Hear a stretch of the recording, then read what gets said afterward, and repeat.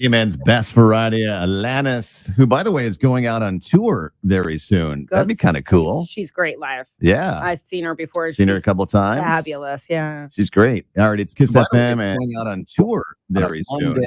Brought to you by Subway Eat Fresh. Time is 7:22 right now. Big news. I have some important news for you. Interesting news. It's Blake and Aaron's Spilling the Tea with Sandy. K-Man's top news headlines of the day from CMR. Good morning, Sandy. Good morning. Hello. How are you? Fantabulous. How are you?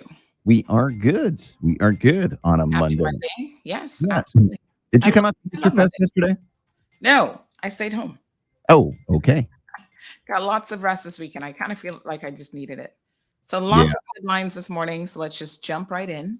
All right. The headline of the morning happened very late last night, almost 1 o'clock. in the morning. Oh, no. What happened? What is it? Listen, Nothing good happens that time. No. I know, right? That's what my always just say. Nothing good happens after midnight.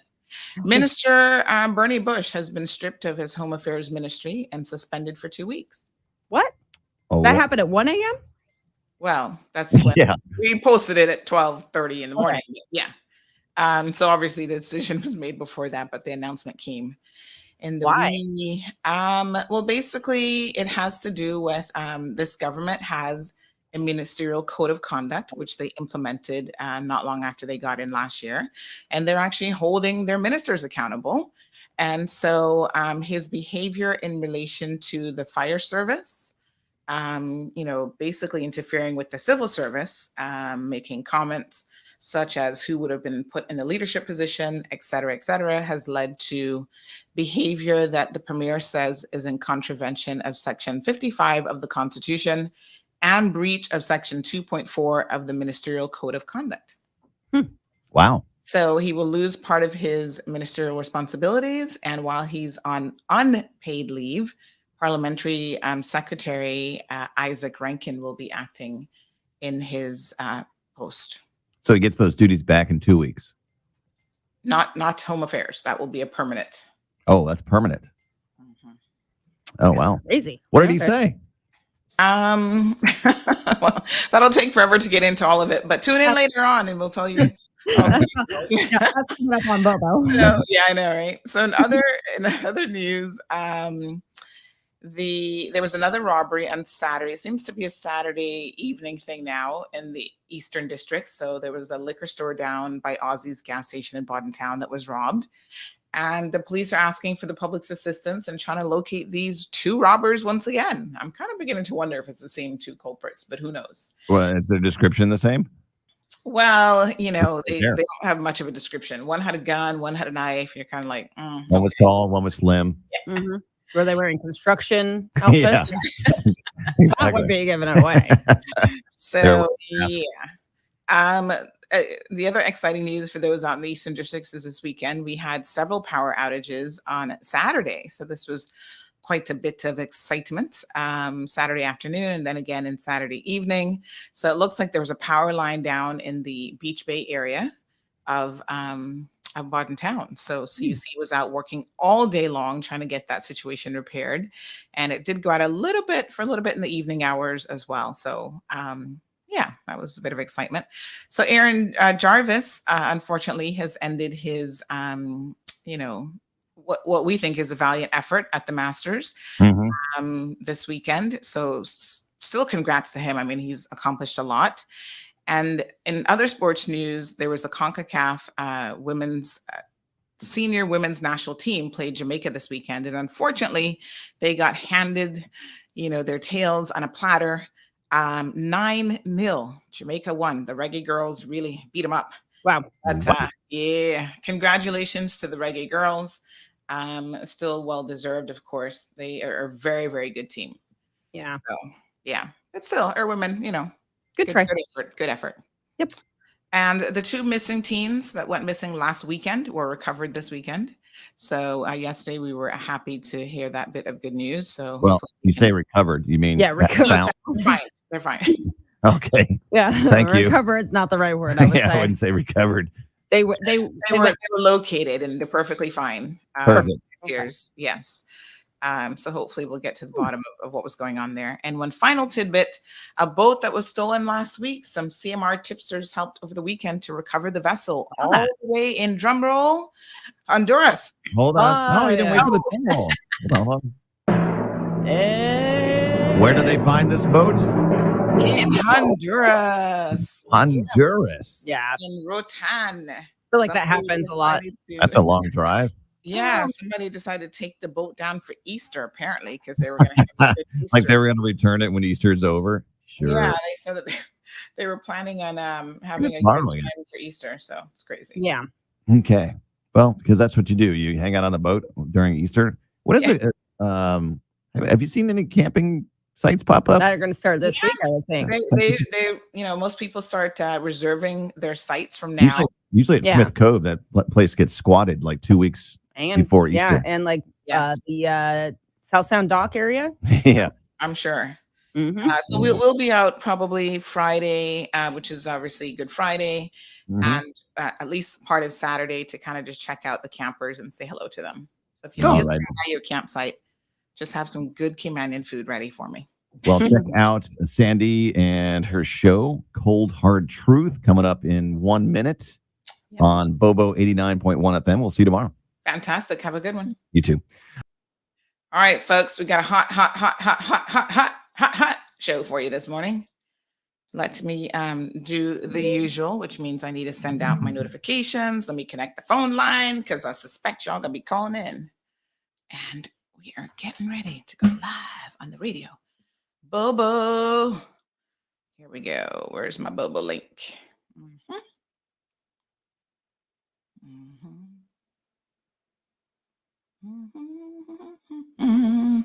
43 seconds, 44 seconds, 45 seconds. Let me send out this notification to everybody in WhatsApp. Join the WhatsApp group if you're ready. The WhatsApp news group, just FYI.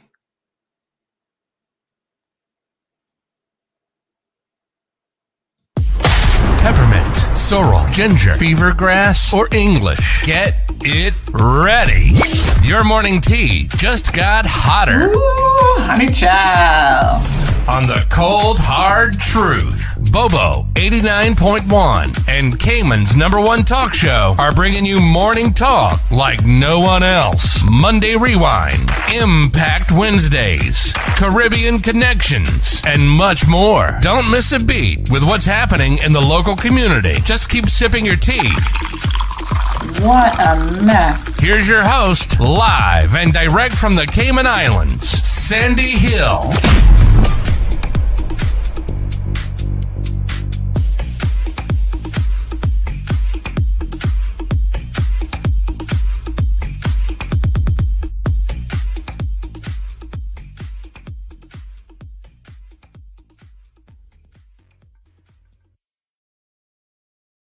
Because we are live and direct from the most beautiful place in the world, the Cayman Islands, of course. I'm not talking about anywhere else, right here in the Cayman Islands. We got a lot to talk about this weekend. First of all, happy Monday. I personally love Mondays. I don't know about anybody else, but Mondays feels like a little bit of a reboot for me here on this program. It's Monday Rewind, so we cover everything that happened over the weekend. And trust me, weekends are always packed full of lots of news. And boy, I tell you, this weekend is definitely no exception to that rule. What a ting. All right, where do we begin? Well, first of all, the show topics this weekend, if you were watching social media, you would have noticed that the show topics kind of shifted over the weekend. Yes. And that's because there was just so much going on. So at first we were going to talk about the John Gray Fight Club situation, which some of you parents are aware. We've got some new footage for you that is going to knock your socks off, folks. Just incredible what our children are up to. Not so good behavior, to be quite frank and honest. And we need to get that. We need to rein that in and get that under control. But guess what? We've got to move that conversation to tomorrow because there were so many other things that popped off over the weekend that we had to tackle these other topics now. So we changed it to then the prisoners, because the prisoners were calling over the weekend, getting me all sorts of messages about what's happening with them. And then that was going to be the headline story. And then, of course, late last night, the headline story became Minister Bernie Bush. So let's begin there. So I think you guys are very much aware that Minister Bush has been having, he's been featured here on the news at CMR.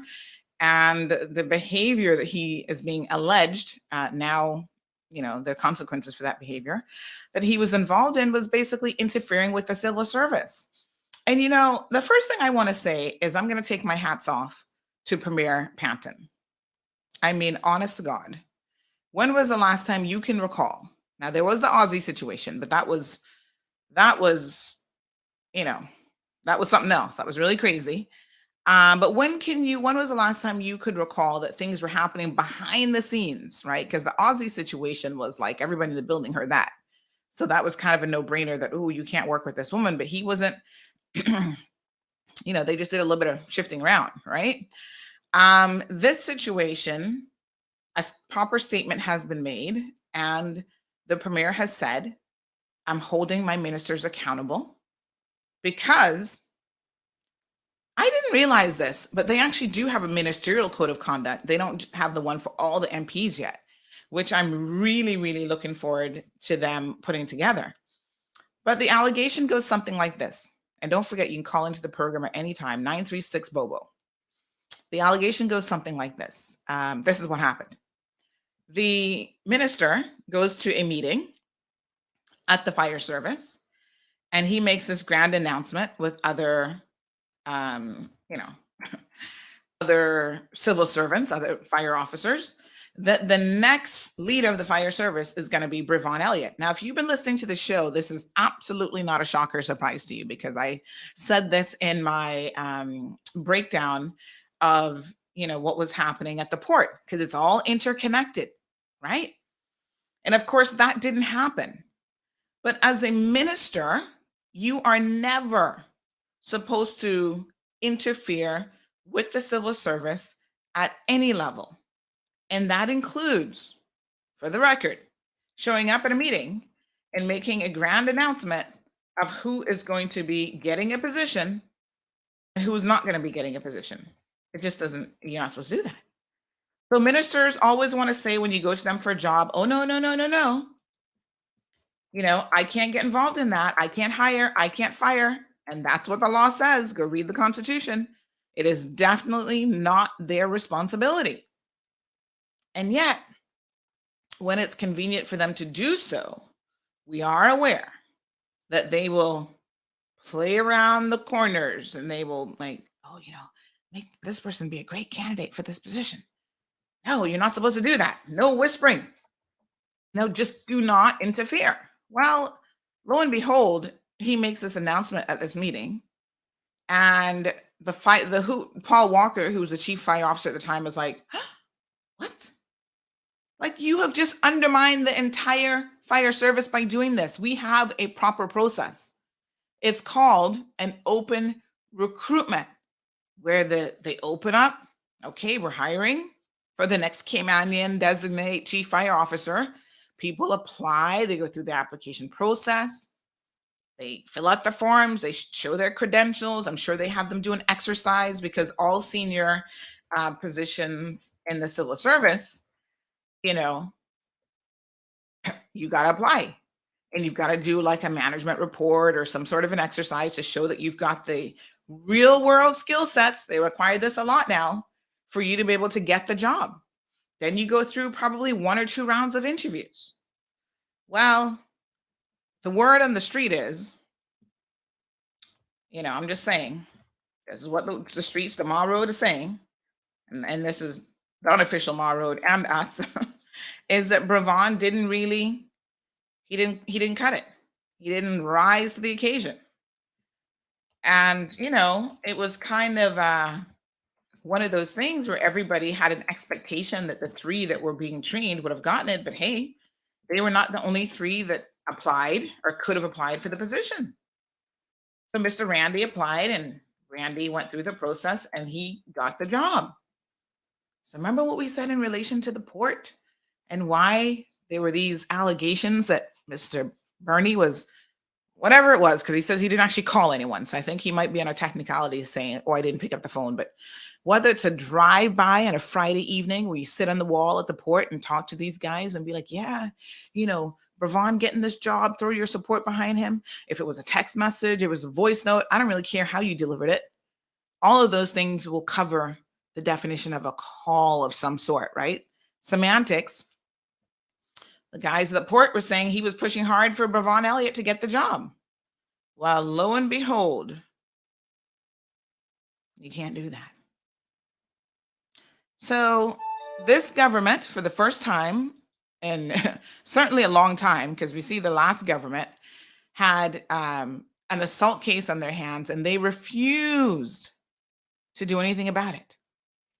Let's just remember the facts, folks. I know I see my little friend Curtis here from the BRAC. Curtis not gonna like this comment, but believe me when I tell you, the progressives was not about accountability. In fact, they decided to call an entire election early because they refused to live by the mantra of we will hold people accountable.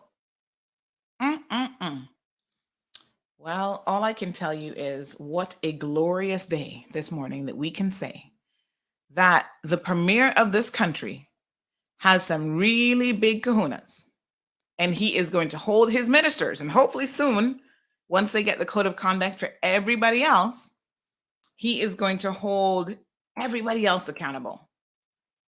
I know people like Eden Hurlston. He must be listening to the show this morning. Troy must be listening to the show, and they're probably thinking, wow, we finally see the day.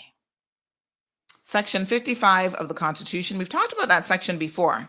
Remember when we were discussing all these foreign office jobs that the progressives, was pushing for?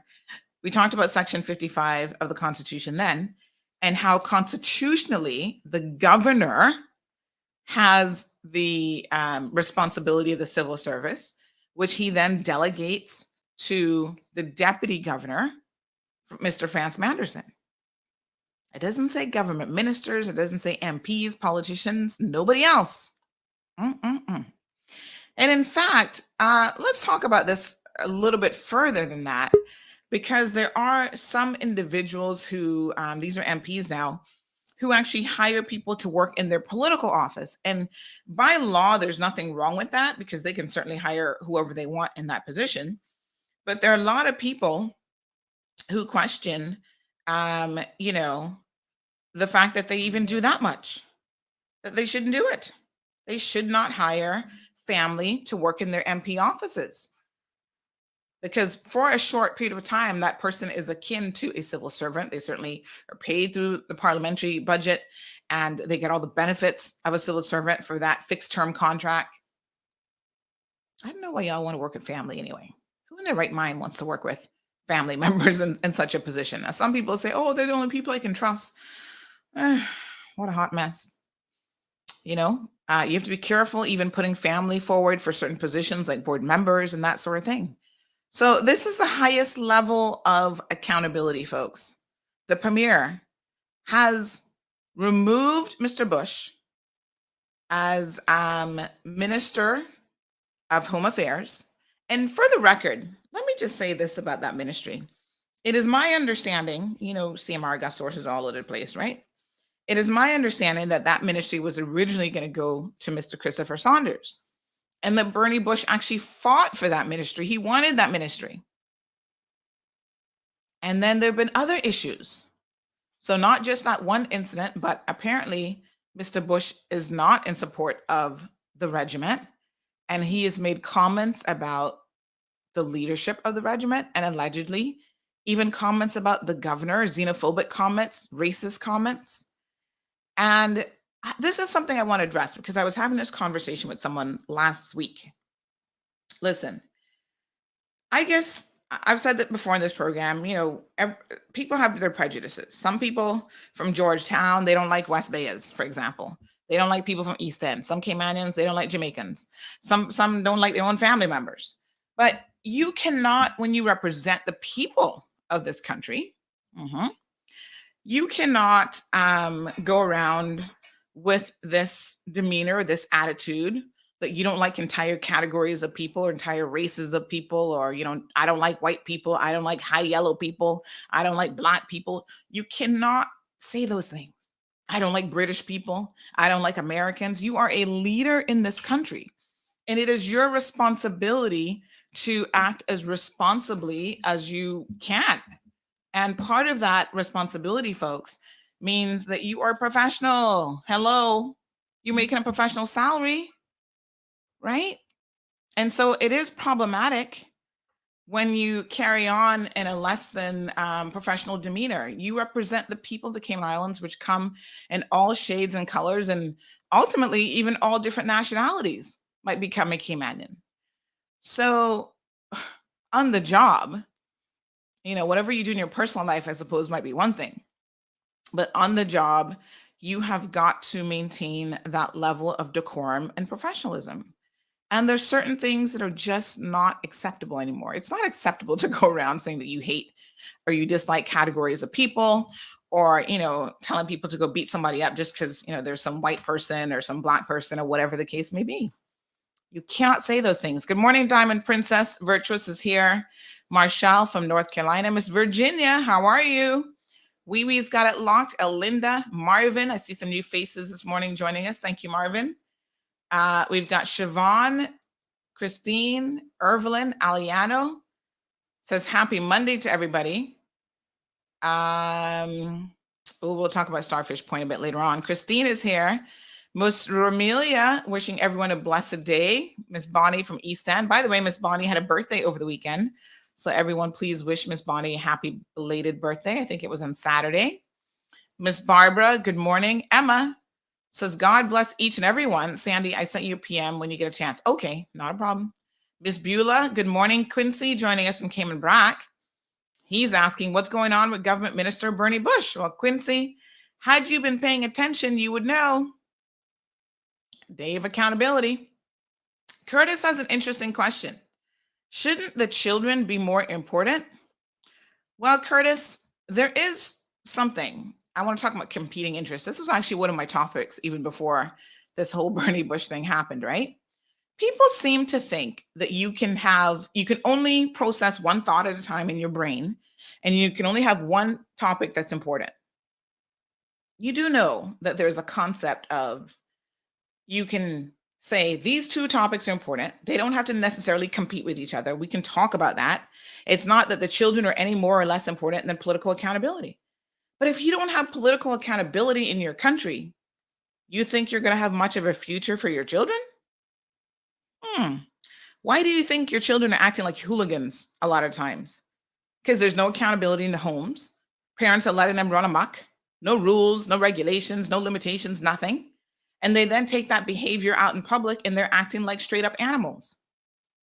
So it's not that the premier dealing with one of his ministers is any less or more important. Everything in life has some degree of connectivity.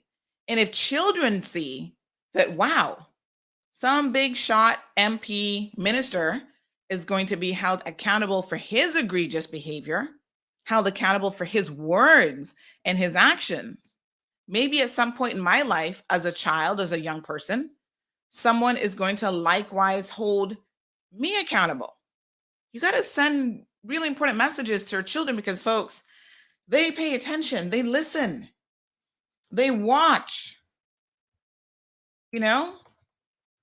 And I mean, I don't know what better example would be available to our children than to let them see that this is the kind of behavior that is simply not acceptable. So, no, Curtis, the children are not more important. They're equally as important, and we can entertain a discussion on more than one thing, and we can care about more than one thing. I saw somebody comment over the weekend about the starfish. Oh, well, who cares about the starfish? Don't we have homelessness in this country? I'm like, what is wrong with you all? Yes, we have homelessness, and we talk about homelessness, but you destroy the environment. You destroy the few things that people come here to see, and you want to talk about homelessness after that happens?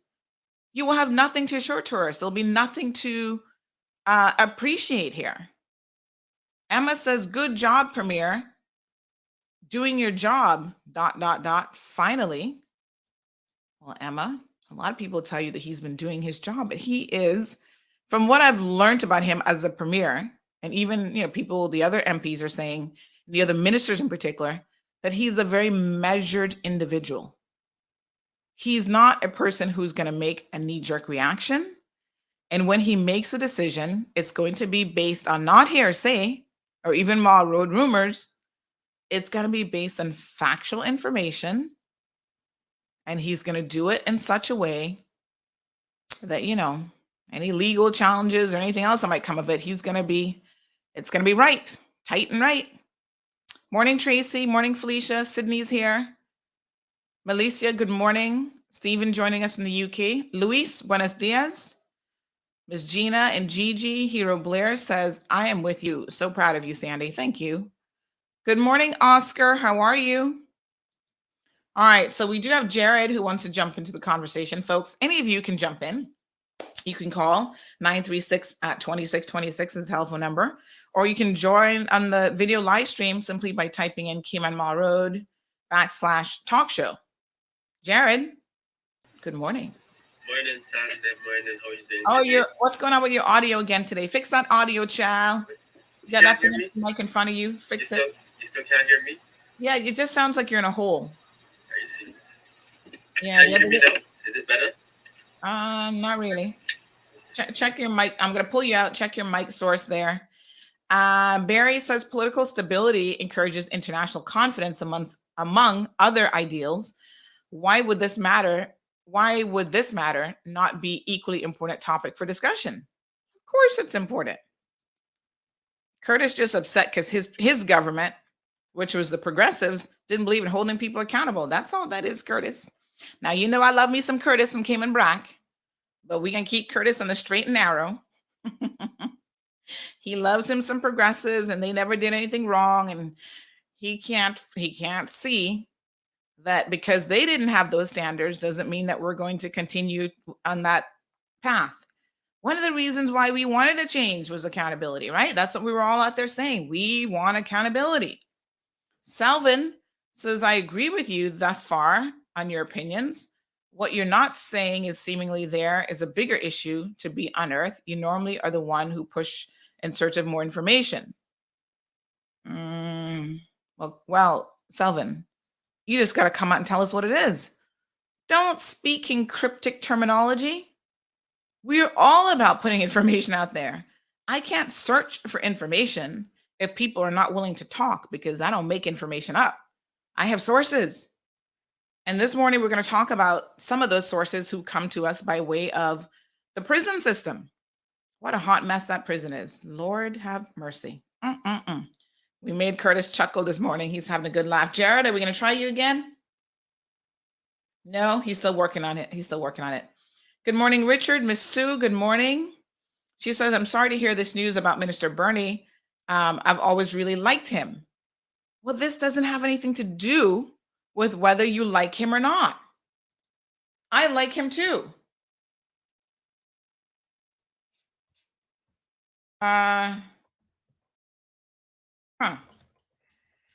Let me tell you something. I've said this before and I'm going to say it again. When you like someone, that is when you want to hold them accountable because you want to see them succeed. It's only the people you don't like that you're probably like, I don't care if they fail. I like this government. I want to see them succeed. And that means internal accountability. So yes, we all like Bernie Bush, but guess what? That doesn't give him a hall pass. That doesn't allow him to go out there and do what he wants to do without any accountability. That's not how this works. Bernie. And this whole thing at the fire service that happened a little while ago, it only really came to head publicly how you guys knew about it, Selvin, because we started divulging the information in relation to the port and how far the tentacles of what was happening at the port really, really reached. 936-2626. What are your thoughts this morning, Cayman? Wake up. Tell me, what do you guys think about this? Are you in agreement? Now, the press statement says that the minister, Mr. Bush, has agreed to the consequences of his behavior. And he said that this has been a valuable lesson for me, and I accept the consequences of my action. The premier continues to have my full confidence and support. And likewise, the premier goes on to say that I believe Minister Bush can make a substantial contribution to the good of our country in the areas of youth culture, sports, and heritage. So this is fantastic. You know, you can be held accountable just like when your parents used to hold you accountable. They said, honey, I'm holding you accountable because I care, because I love you as a parent, and I want you to do the right thing and for the right reasons. And so that doesn't mean that the relationship is going to end or there's going to be some big, hard feelings between the parties. Be an adult about it. And at least on paper, it looks like everybody is being an adult. So from last week, I'd heard rumblings of this, that something was definitely going down with Bernie Bush. And there were meetings that were being held. Y'all talk plenty in this country. Oh, honey child. Caymanians, and non-Caymanians. Because some of my biggest sources, not even Caymanians, Joe. Everybody loves to talk. They love to provide a little bit of information, a little bit of sauce. And so it is what it is. I heard the rumblings and I was like, oh, Lord, here we go. So I was up late into the wee hours, as I usually am, last night. I was up to almost 2 o'clock last night. OMG. Don't know why. Because after I wrote this story, I should have been sleeping like a baby. But it doesn't always happen. So Hayward, the code of conduct, and this is what I want to make very clear, because I think a lot of us have been a little bit confused about this because we're still waiting on a code of conduct. But apparently amongst themselves, they passed the code of conduct in the summer. I think it was June was the date that was given. So that code of conduct for ministers has been in place for quite some time. It is the one now for MPs, because that, I'm sure, has to go to the parliament itself, and all MPs have to vote and get on board with that. It'll be interesting to see if we have a meeting of the minds. So the premier has in fact said that he is hopeful, just like they have this level of accountability for the ministers, that the MPs actually do something similar as well. Time will tell, but I'm in agreement with him. It should be the same code of conduct. Hold them all responsible. And we're going to talk a little bit about what that means, because I see some rumors floating around about other MPs, doing things illegally and interfering in land purchases and all kind of stuff. And those MPs have said those are lies. People are making stuff up. We're going to get to the bottom of that. But in the meantime, it's good to know that everyone is playing by the same set of rules, and everyone will be held accountable. Miss Amelia, where's Miss Amelia? I'm surprised she's not blowing up my phone this morning. She must be getting her some Milo, child. Jared, are you ready? Hello. You can hear me now? Yes, sir. Okay. Fine. All right. Finally. Yeah, I need work on Good that. morning. Good morning. Good morning. Good morning. I was quite surprised about the move. Here, Curtis. Let me read this one from Curtis. He says, all that said was you were leaving the John Gray story until tomorrow, but I think that's more important than the Bernie Bush mistake. What happened? A mistake? No, Curtis. No. Let me play a little special thing for Curtis this morning.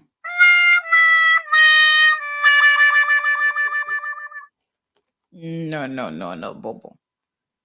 They're all important. Go on, Jared.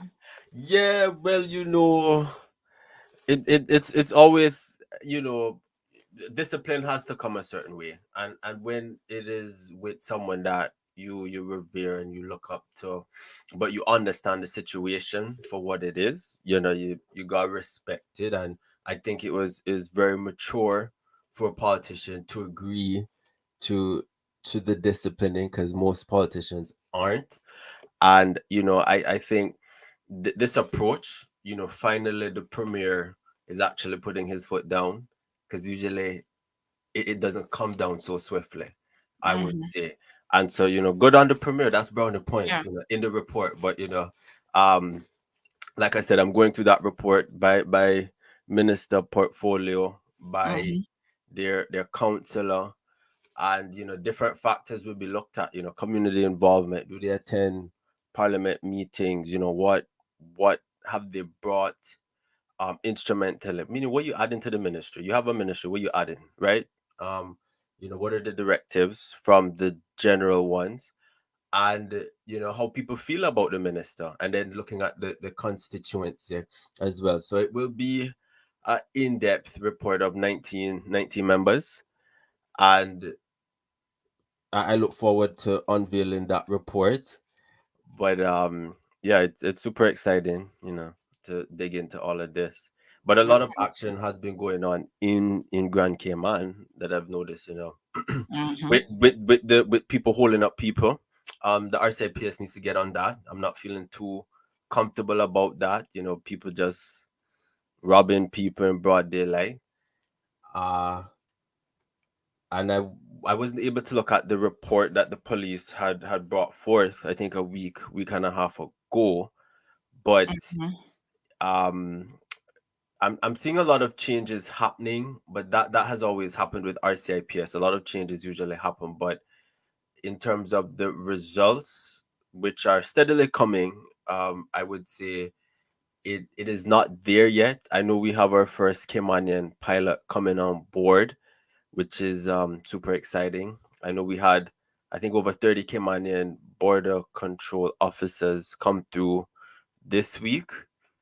But with regards to the driving issue and people not obeying the road code, that is my number one issue, and the people thinking they can just go and rob people in broad daylight. So that is my 2 little cents for right now. All right. Thank you so much, Jared. I'm going to just pull you back out here for a second and read some more comments. So, in relation to what Miss Sue has said, Miss Emma makes a very interesting comment. She says that's because you don't really know who he is. Certain people act differently around different people. And personally, he's a terrible person. Oh, my Lord. Sounds like there's a story there. Straight up, I won't say any more. Premier, I'm sorry, but that statement again goes with what you know about a person. I'm going to soon tell you who he really is. All right. Well, Miss Sue says, well, sometimes you find a person as you find them. Moya says, I agree that every single person in our government and outside of our government is subject to the current laws of the Cayman Islands. Your role, position, or bank account should not put you above the law. So it is good to see that he's being held accountable and that he has the maturity to sit back and reflect where he went wrong and how to avoid those actions again in the future. Well, it's certainly his current comment, Ms. Moya, certainly is different than what he was saying to CNS just the other day. And I think honestly, some of the CMS comments is why he's in trouble, because at that point there was no accountability. And he was like, well, thank you, Cayman News Service. At least some media is contacting me. And I read that and I went, like, really, Bernie? Cry me a river. You're a big man. I think you're even a grandfather. Grow up. So this is probably just one of those things where it looks good on paper, but he's probably still being very, very salty about it. But he'll get over it. Same thing with your children, right? You discipline your children and they get all upset with you. Oh, I don't like you, mommy. And you're like, okay, give it 5 minutes. You'll be back. You need to eat. You'll need a sandwich. You'll get hungry. You'll need mommy and daddy for something. And then you realize that mommy and daddy actually have your best interests at heart. And that's why they're disciplining you, not because they don't like you. But the level of immaturity sometimes is shocking. So I'm going to tell y'all a story. Moya says it's the sound effects for me this morning. Keep them going, Sandy. They've always been here, but I forget about them half the time. Like, here's a good one to call it. Yeah. This is the Cold Hard Truth News Podcast. Cold Hard Truth News Podcast. Come make we talk on the live broadcast. This is the Cayman #1 live talk show. Come make we talk where you go up on the news. Locally, worldwide, every avenue. Call our truth podcast, bring it all to you. Where you there? CMR on the road. Cayman Island, #1 talk show. I saw we chop it, Cayman Mall Road. I saw we chop it, #1 podcast. Yes, Massive and crew, tune in and stay tuned for Cayman hottest news for all the people. Call our truth podcast. Yeah. Yes, sir. 93626 calling on the line. So let me tell you about how some of these MPs and ministers can be so immature. And honestly, after like your first term, like I can get it as a first termer because you're not really used to the hot mess, right? And I guess you still get in your feelings. You know, we all have feelings. Listen, every person, you know, somebody can come at you and say something and you're gonna shoot back and be like, listen, don't mess up me today, you know, and not a good day. So I get it, but when you are a minister, that's your job. We pay you. We hire you to do that job, and you should be doing it as professionally as possible. So people will criticize you. That's part of the job. People are going to say, I don't like how you're handling this, this, and this. Sometimes people are even going to make up lies about you, and you got to grow a thick skin. You can address it. And I believe that you should address misinformation and lies as, you know, as straightforward as possible. But some of them get so salty and so personal with it. So I told you guys a couple weeks ago, it would have been 2 weeks, I think. Was it last week? Oh, the time flies. So I was out with the regiment as well as some other people. Deputy Premier Chris Saunders was there. And, you know, the regiment put on a good demonstration for the water desalinization process and how they can take ocean water. So Nathina says, drop that again. We want to hear that again. So, you know, we were getting this demonstration or whatever. Now, you guys know that the regiment falls under, and this is part of the reason why the minister has had it removed from him. The regiment falls under Home Affairs. And like I said, Bernie wanted Home Affairs. During the negotiations, Chris was supposed to get it. They took it from Chris and gave it to Bernie. No problem. So how do you be the minister for Home Affairs and you don't even show up to stuff that the regiment does? I'm just saying, okay? And there's been a little bit of an issue where I myself have questioned, does Bernie not want to be a minister? Because I see him he's not present. He's not showing up. You know, when you have a job and you don't show up to the job, people fire you. That's normally what happens. And they question, are you sure you want to be here? Because you might want the paycheck. But the real question is, do you have the passion for your job? Do you love what you do? Do you jump up every single morning? Yes, I'm going to work. We're going to do it today. Well, it seems like he has some issues with the regiment and the governor and the people who are running the regiment. And for the record, regiment full of Caymanians or people who have Cayman status. Right?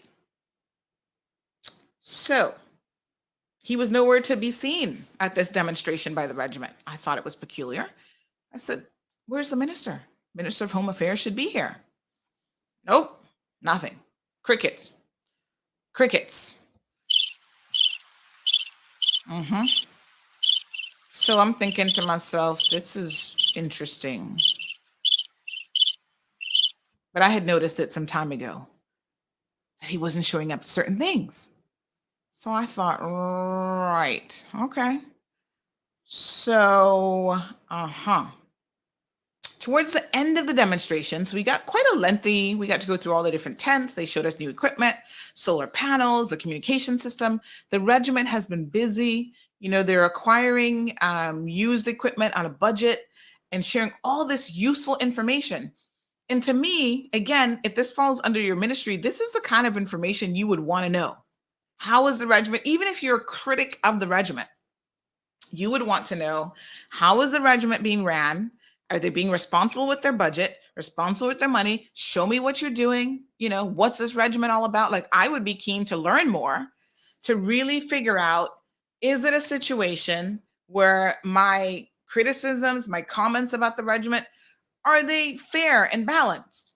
Right? So I would be there. I'd be like, yes, let me hear all the news. Well, he didn't show up until the very end. So we were almost done with the tour.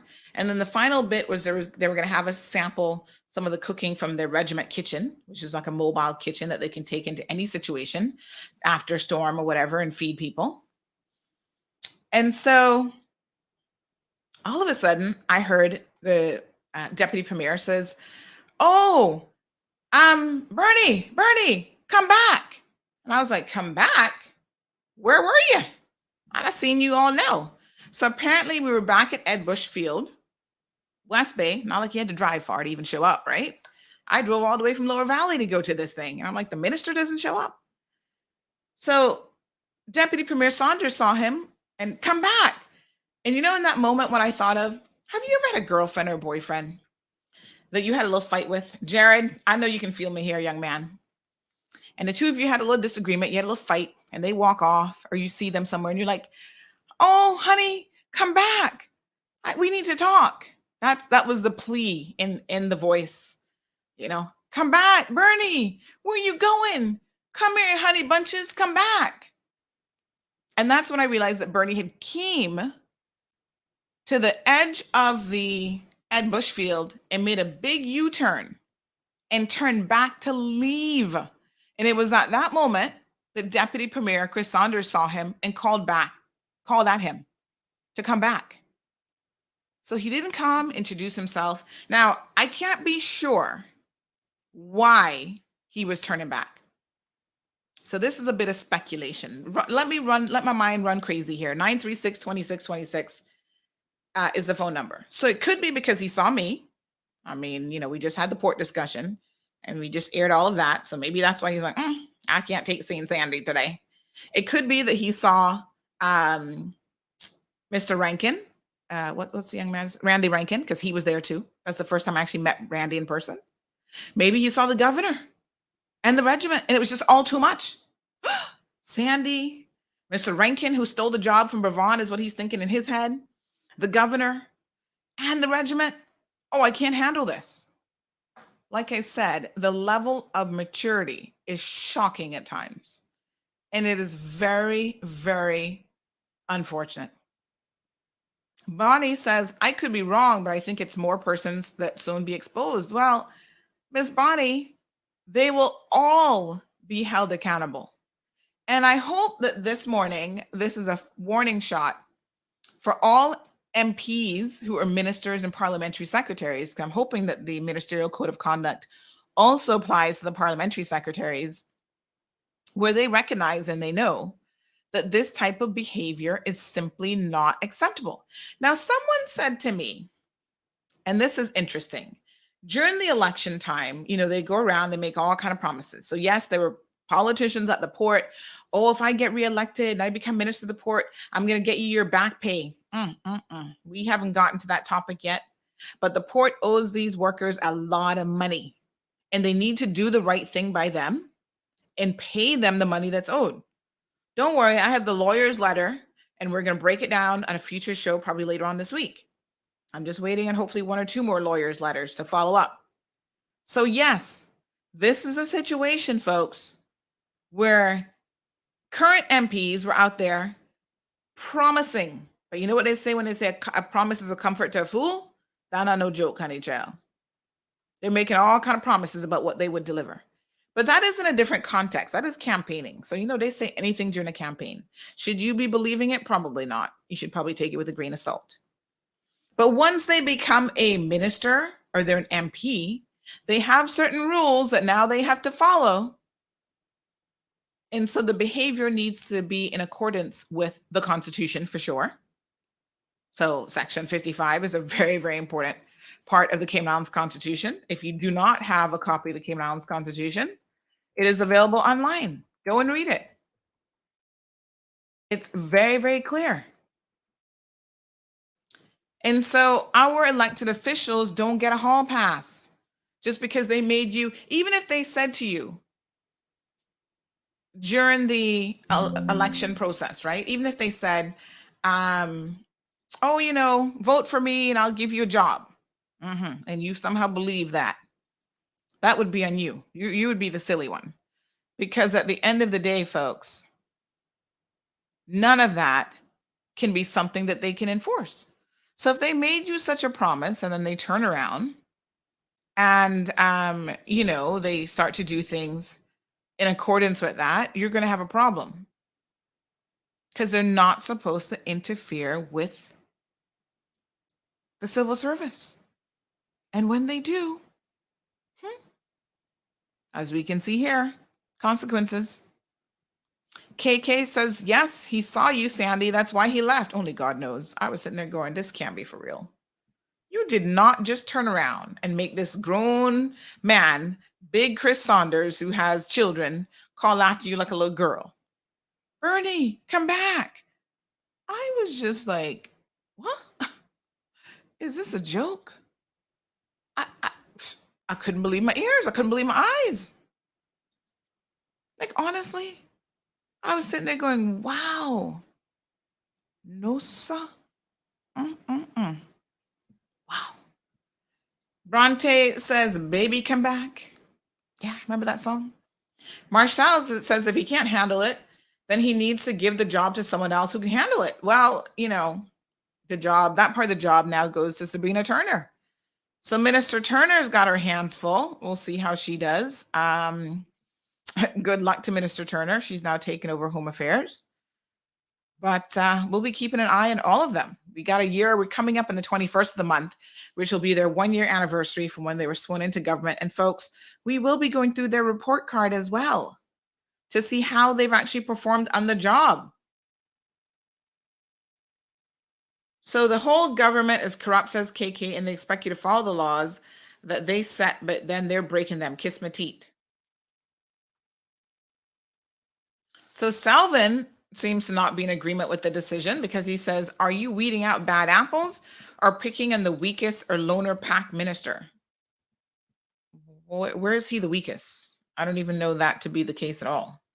He's not the weakest at all. And he's not a loner. He has a job to do, and he just needs to do his job. Why would we be picking on him? For what reason? I don't know anything about that. Good morning, Miss Darlene. She says, what is the reason that Miss Beth could not be the port director? Well, she hasn't applied to be port director, first of all. So let's be very, very clear. She said instead of the acting director from the beginning. All right, so let's break it down. This board, and we're going to talk about board accountability because, folks, on Friday after the show, I awoke to find more documents. Let me just pull them out of my stash here. More documents relating to the port. We say on the car windshield, but it technically was under the mat of the front door. But these documents go back a number of years. And, basically, there are people at the port who want us to know how long this hot mess of a situation has been going on. And I haven't gone through all of it yet to flush out my stories here. But as you can see, this is a substantial little piece of papers here. This is a number of papers with evidence attached. And the problems at the port have been long-standing. It's nothing new. The problem is it simply isn't getting fixed. So this particular port board has not advertised the position, Ms. Darlene. So let me correct that. They advertised it. They got, I believe, 4 or 5 applicants. And then they didn't like any of them, apparently. They stopped the recruitment process, and they've not re-advertised the position. So they stopped it, didn't interview anyone from the batch that applied because they didn't like any of those candidates, claiming that, they weren't qualified. I'm not sure what qualifications exactly they're looking for. One of the people who applied, our sources have informed us, was the former port director, Paul Hurlston? He applied. And evidently this board don't want him back.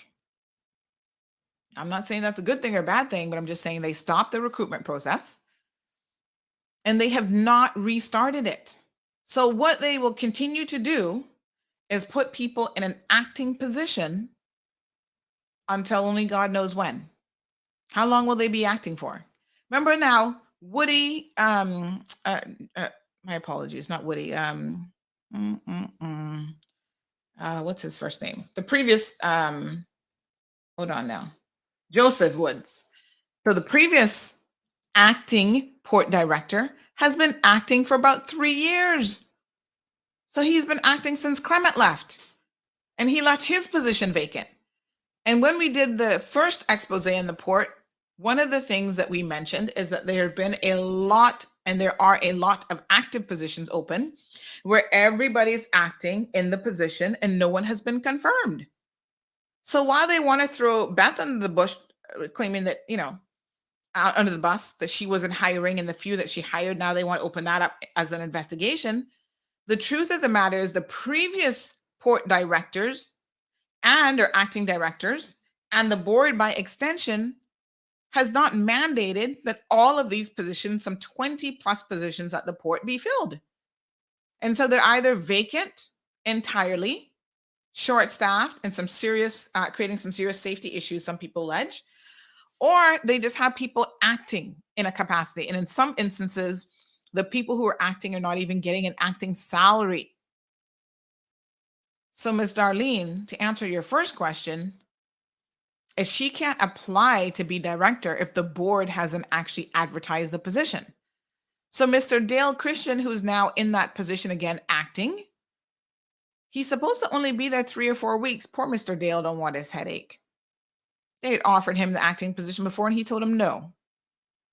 He's just helping them out in a little bind right now because they went a day without a port director. And that might not seem like a big deal, but my understanding is when all these cruise ships and other ships come in, they have to have the signature of a port director, even if it is acting. So that Friday that they had no one as acting port director, who would have been signing off on those documents to allow vessels to come into the Cayman Islands? This is ridiculous. You know what someone said to me the other day? How this is going to end with the port is the governor's going to step in and the UK is going to take control of our port. Wouldn't that be a sad indictment on us? Our port of entries we can't even control because this board can't get it together, and I don't care who on the board likes it, who doesn't like it. They're the biggest failure at the port right now because they took over a situation that has existed for years. And now they've been in there for at least, 9-10 months, and they still can't fix it.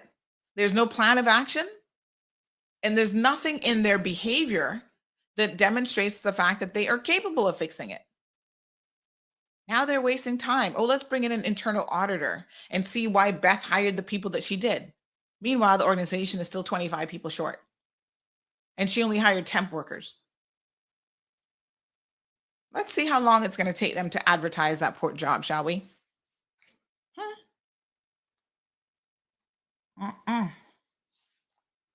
What a mess. Ms. Darlene goes on to say she finally did the acting job, and it seems that she was doing a great job and that she still did not get the port director job. So I think I've just sufficiently explained that. It hasn't been advertised and she hasn't applied for it. And to be quite frank and honest, I don't think that even if it was advertised now that she would apply for it. Why would she, when this board has demonstrated that honestly they don't want to work with her? They made that patently clear. And, she'd go back in the lion's den. Why? In fact, she might even be having second thoughts about the elected officials and their role in all of this.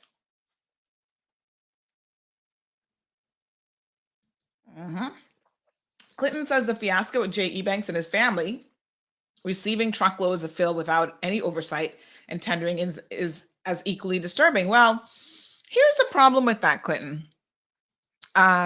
When we heard about this, when we found out about this, I have been told that that's actually not true. So you see, you can only hold people accountable for what they did. You can't hold people accountable for what they didn't do. And, if they didn't do something, how can you hold them accountable for that? So if the minister, as you allege, actually did something wrong, I see my computer's acting up just a little bit here. What's going on here now? So if the minister actually did something wrong, that's one thing. If he didn't do anything wrong, right? So if that statement that he was not involved in anything to do with family receiving truckloads of fill without any oversight or tendering, if that isn't a correct statement, how can you hold him accountable for that? So the assumption on that statement is that somehow he was involved. My sources have said that that's not true, that he wasn't involved, and that he had nothing to do with it.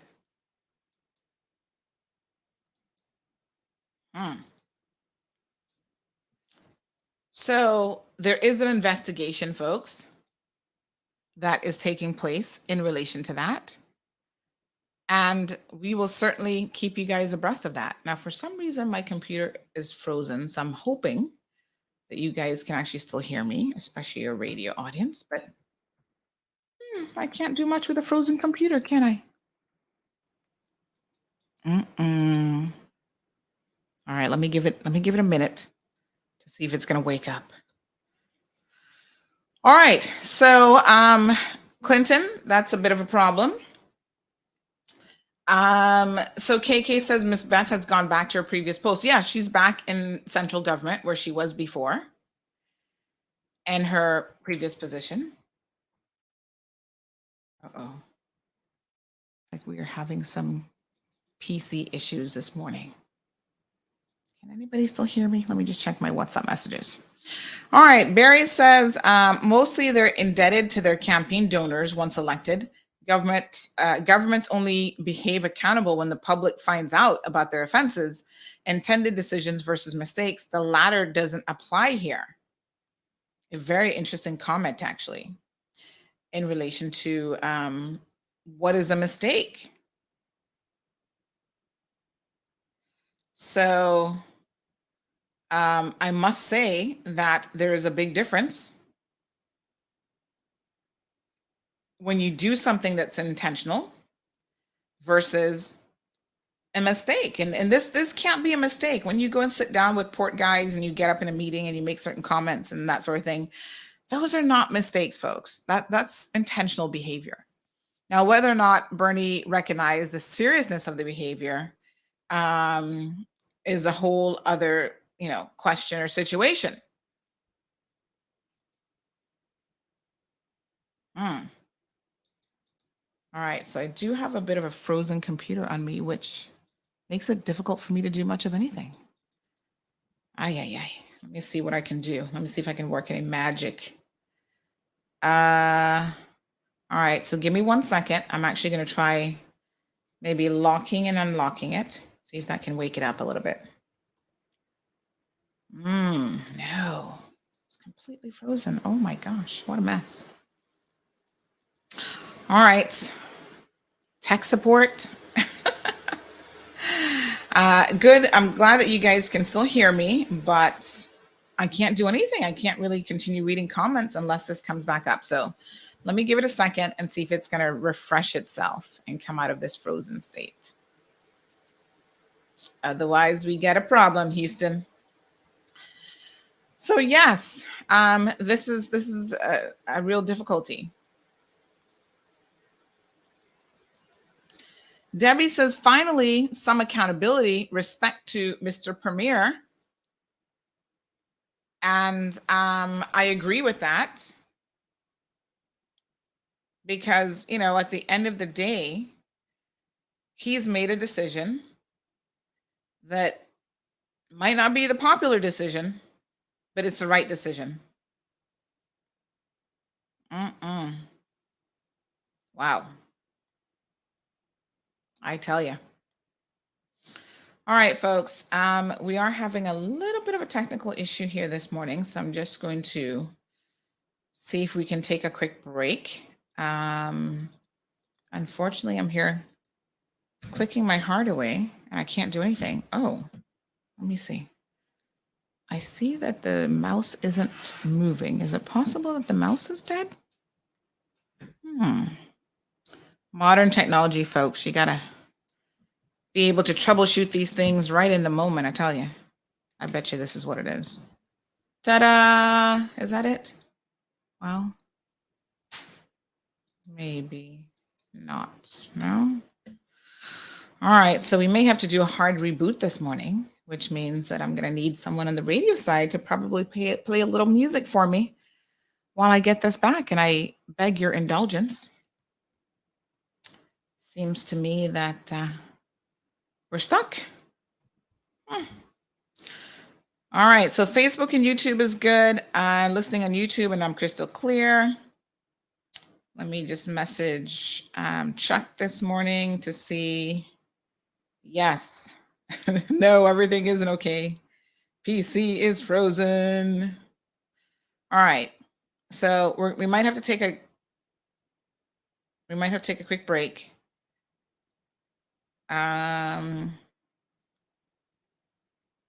Here while I think I'm gonna actually have to do the old-fashioned reboot on it.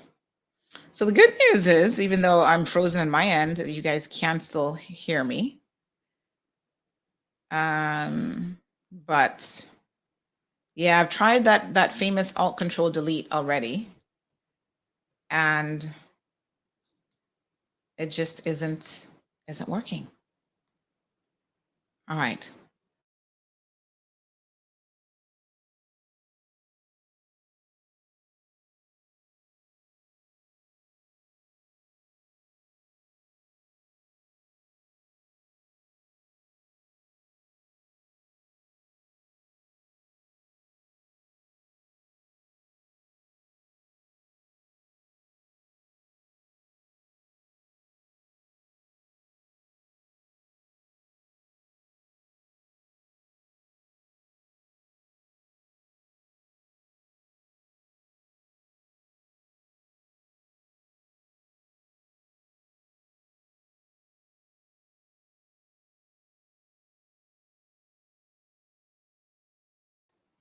Okay, I am back online. I don't know what happened. Just completely got frozen there. And so we are going to just log back in real quick.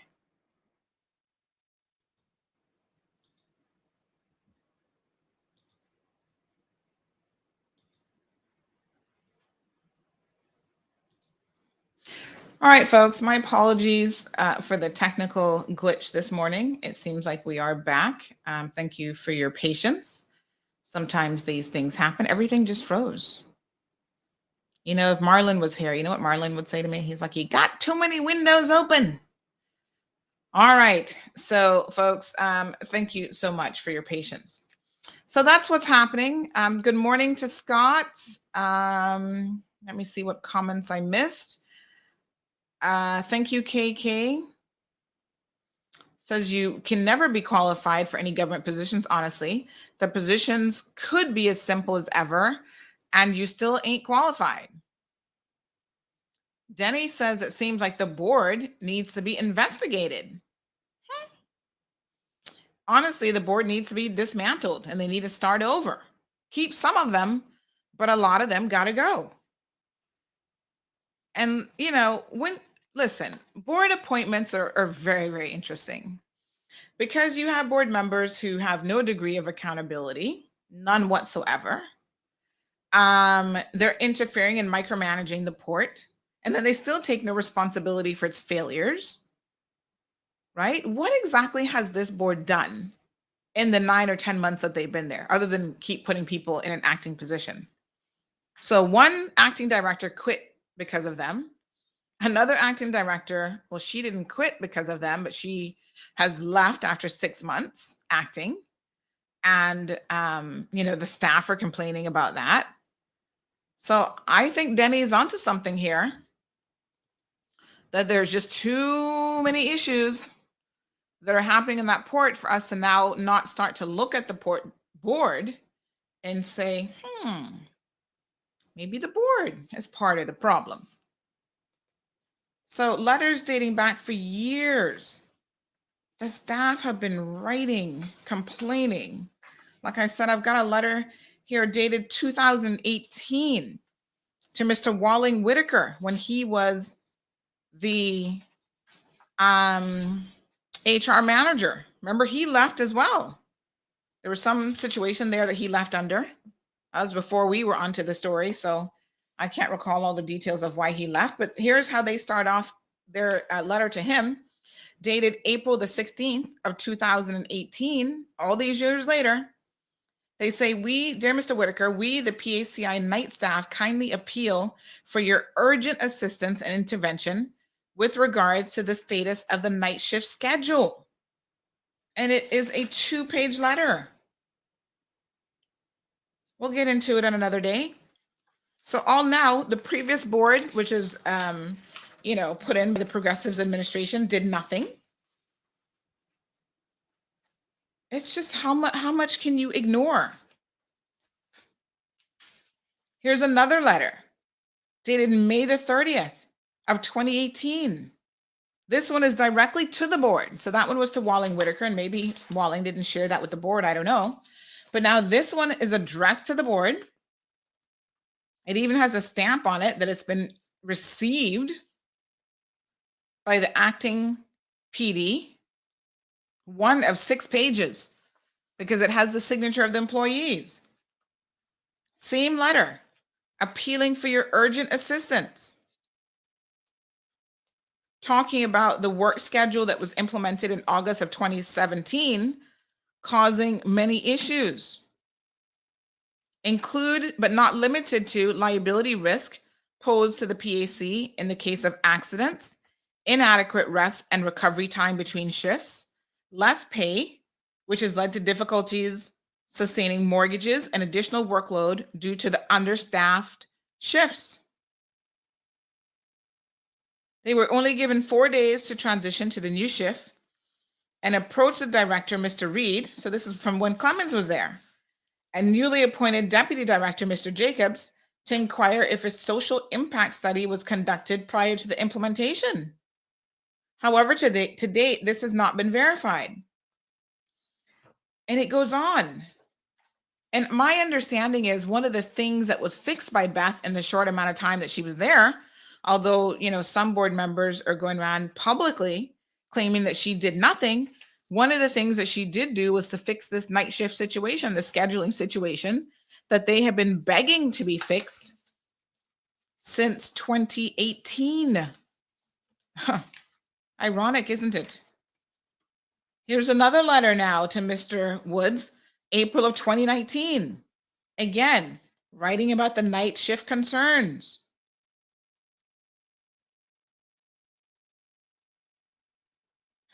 Unbelievable. This is what they said. It was published in the Cayman Compass that additional hiring would make this happen, therefore lightening the burden of night shift staff who are working day and night. However, 8 months have now passed and staff have not received any further updates regarding the shift. We have noted that all supervisors and assistant supervisors have remained on our former night shift schedule, which provides them insufficient rest and time off with their families. The rapid depletion of staff sick and vacation days is evident in 2018, and this further affected the short staff ability to manage a fast-growing economy, which is so interesting because, yes, the port has been busy even during the lockdown. They've been the busiest they've ever been, and yet they're understaffed and overworked, and it has been taking a toll on their health. Recently, we saw one of their members, several members actually, die in the past year. They've had a couple people die. Some of that could very well be stress related, because stress can bring on a heart attack, y'all. You sit there and think that's not true. High blood pressure issues, all sorts of other stuff. Then in October of 2021, a month into her acting position, they send a letter to Miss Beth McField. Basically the exact same letter, it looks like.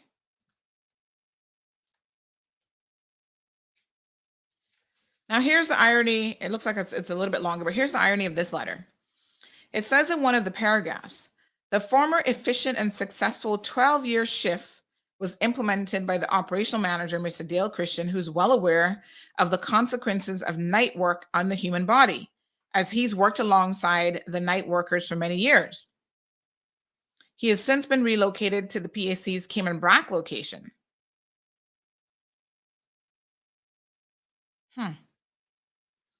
The nature of night operations at the Port Authority is unparalleled to any other working conditions on the island and requires coherent, safety-minded individuals with the ability to function well under tight timelines in adverse conditions to achieve its goal of safety and efficiency. So they're complaining to Ms. Beth again. So they have written multiple letters of complaints about the same issue.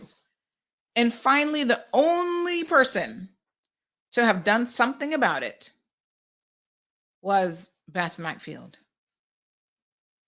And ironically, seems to me that she was the only one who even bothered to acknowledge their letter of complaint, because in the packet that these workers have left for me, they have an acknowledgement letter dated October the 11th.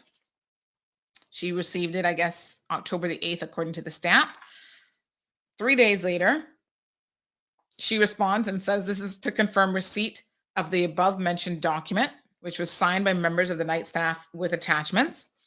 I have read your letter and would like to meet with all of you this week. Please liaise with each other to see 5:30 p.m. on Friday, October the 15th is convenient for all who signed the letter. Also, you'll see a copy of the letter stamped received and signed by me to further confirm receipt.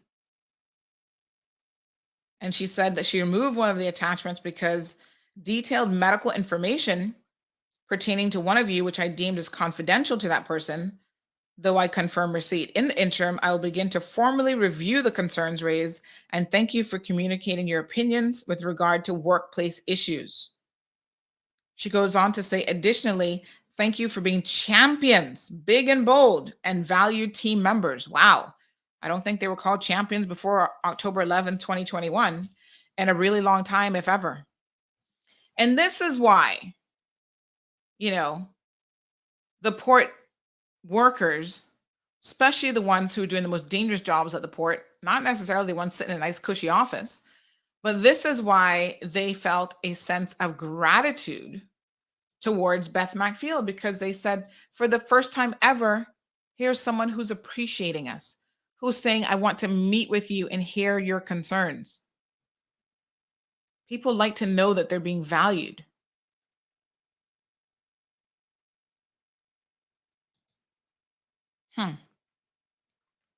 Ms. Moya says, so the question now is, does the minister have the authority to issue directive to the board to have all the vacant roles filled by a certain deadline? If not, their seats will be lost.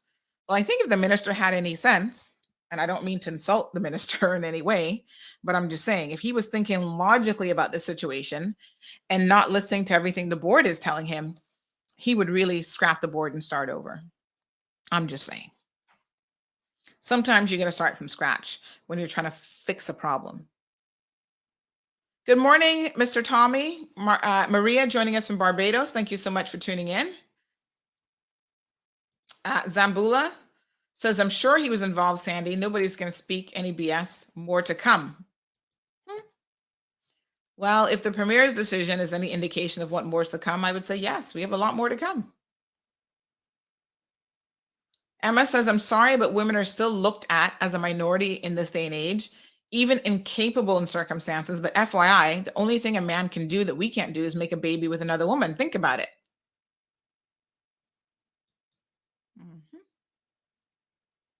Thank you, Clinton, for the feedback. I think we're all sorted now. Miss Darlene says, I'm hearing that the forklift operators or the crane operators are being paid the same salary as the crane operators that are working on our port. How can that happen? Two different positions.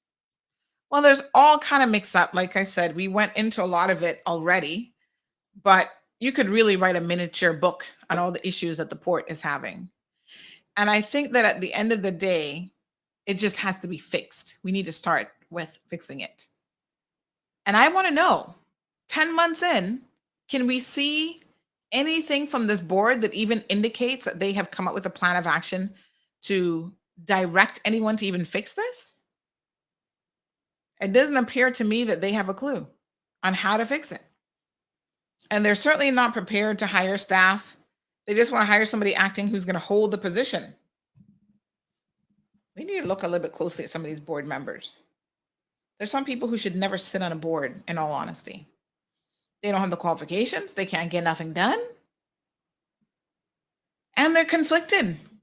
Talking about they want to have a career in politics. One of them sitting on the board right now, she intends to run for political office. I had to say to somebody the other day, run where? Around the block?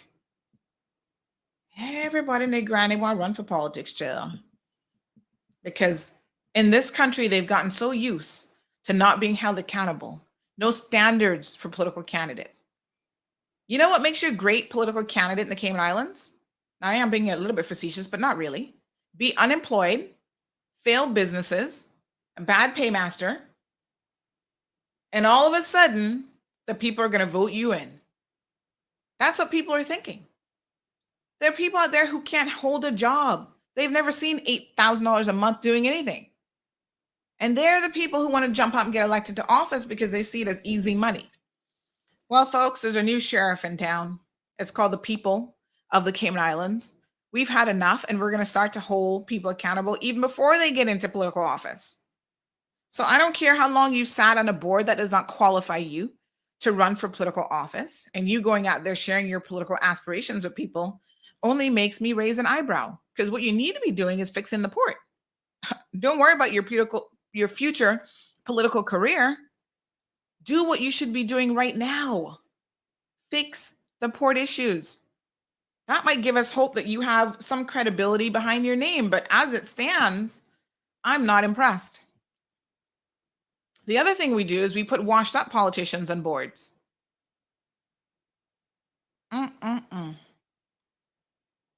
Washed up political wannabes, people who couldn't get in, or people who've already served as politicians and got voted out. You're going to still put them in a critical position where they're helping to do things like run the port, be part of that management team. It's like, really? Are you sure that's such a good idea? Some of these former politicians have such a poor record. People referred to them as the 10%er because every single time they showed up to a meeting in their political capacity, their little grease monkey hands were out talking about, oh, what am I going to get out of this deal? I need 10% off the top before we can even talk, before the government is going to give you a concession, before the government is going to do this and the government's going to do that. And then those are the same people that you current MPs want to put on boards. Are y'all crazy? Like, I don't know what kind of funny stuff is being smoked around here, but something is wrong. That's not a good quality individual to put on a board. I'm sorry. Good morning, Scott. How are you? Ooh, Scott hooked me up with some beautiful sausage rolls this weekend. Oh my God, they are the best. Folks, go buy Waffle Monkeys. Have yourself. You have no idea the things that you can do with a waffle until you go buy Waffle Monkeys. It can be breakfast, lunch, or dinner. And he makes these amazing sausage rolls a couple times a week, and they are to die for. So he messaged me on Friday. Scott said, Sandy, I got some sausage rolls for you. And I was like, oh, yes. No, that was Saturday. My apologies, Saturday. And child, I was at home. I got in my little car and I drove all the way to town to get those sausage rolls because they are delicious. Miss Morna says we've all fall short along the way and no one is perfect, but pick yourself up and try again. Forgiveness is there. All you have to do is own up to whatever you've done wrong. That's my 2 cents. Yes, Miss Morna, that's great. But we're not even there yet. You think any real lessons have been learned? One thing about Cayman Indian, when y'all like somebody, whew, you ignore all kind of behavior. You want to talk about forgiveness before there's even been any degree of redemption. Lord have mercy. Jared, you better pull out that King James version of the Bible this morning. Because I tell you what. Yeah. Well, you have to be sincere. Y'all always toting the Bible. But you have to be sincere in your efforts, and it can't be contrived, and it can't be, okay, I'm only going to apologize because it's going to look good on paper and whatever. You have to genuinely make some moves to demonstrate that you're competent. Not only that, but whatever you did wrong, that it will not be repeated again, and that you will be sorry before we start talking about, oh, well, let's just forgive everybody. Yeah. Can I get a hallelujah up in here? Well, you know what I was just thinking in my head. I said, if I am going to be doing a report on all elected officials, why don't I do a report on all the boards as well? Because maybe you can tackle the boards and then I'll work on the MPs. because that's a lot of work because there are a lot of boards. For example, Listen. K Foundation. Mhm. This is one of the things that if I was doing a report card today, this government would get a big F for. Listen, They have done nothing with the K's Foundation. We had 2 young ladies from the Francis Bodden Children's Home disappear for an entire week. They wait 48 hours to divulge that they've even disappeared, right? This K's Foundation has failed our children. They continue to fail our children. And what is happening to the board? The board is still there.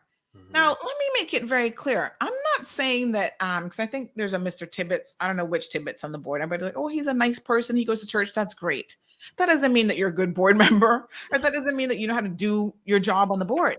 So you can be a genuinely nice person and still not be board material. So I don't want people to think I'm hating on board members in any individual capacity.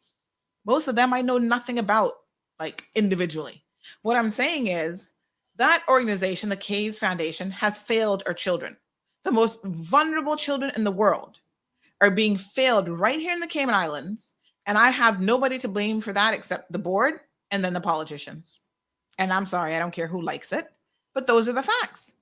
Yeah. And you know what is so sad about the K's Foundation? One of the critical mistakes that they're making is they take children who are under different types of orders and they mingle them. So there's some children who are under a mandatory like care order because they're in an environment that isn't conducive to their own health and safety. So they might be in an environment that's being abused or whatever. And then there are other children who are having behavioral issues. And they have taken those 2 groups of orders that a court can issue when it comes to the care and custody and whatever of children, and they have lumped them together and put them together with no degree of separation. So you have children who might be there because they were sexually molested, for example, by somebody in their home, and that's not a safe environment. And then you put them with a child who's out there acting out and having sexual relations with a 30-year-old, and she's only 15. And that's why she's there, because she has behavioral issues. Why does anybody in their right mind, how can any management team of that type of facility think that that's a good idea to have them lumped together in one facility? You know the old saying, Jared, that sometimes when you send young people to jail, they come out worse than when they went in? Yeah. Because they're sitting there with all the oldsters, all the criminals, learning the hardcore stuff. They might have been getting a little bit of juvenile trouble. That's why you need a separate juvenile facility. But they weren't hardcore. They didn't know how to carry out a robbery, or they didn't know how to do all. They might have been just rolling a little spliff. But now you have them for 15 hours a day and night, so 24 hours, locked up with some of the hardest criminals in the world, and you wonder why they're going to come out worse, and why we have such a high degree of recidivism, and why we can't help young people when they start going down that path. This commingling when it shouldn't happen. Same thing with the schools. John Gray and Clifton Hunter, we took the middle school and the high school, we melted them all together. That was a recipe for disaster.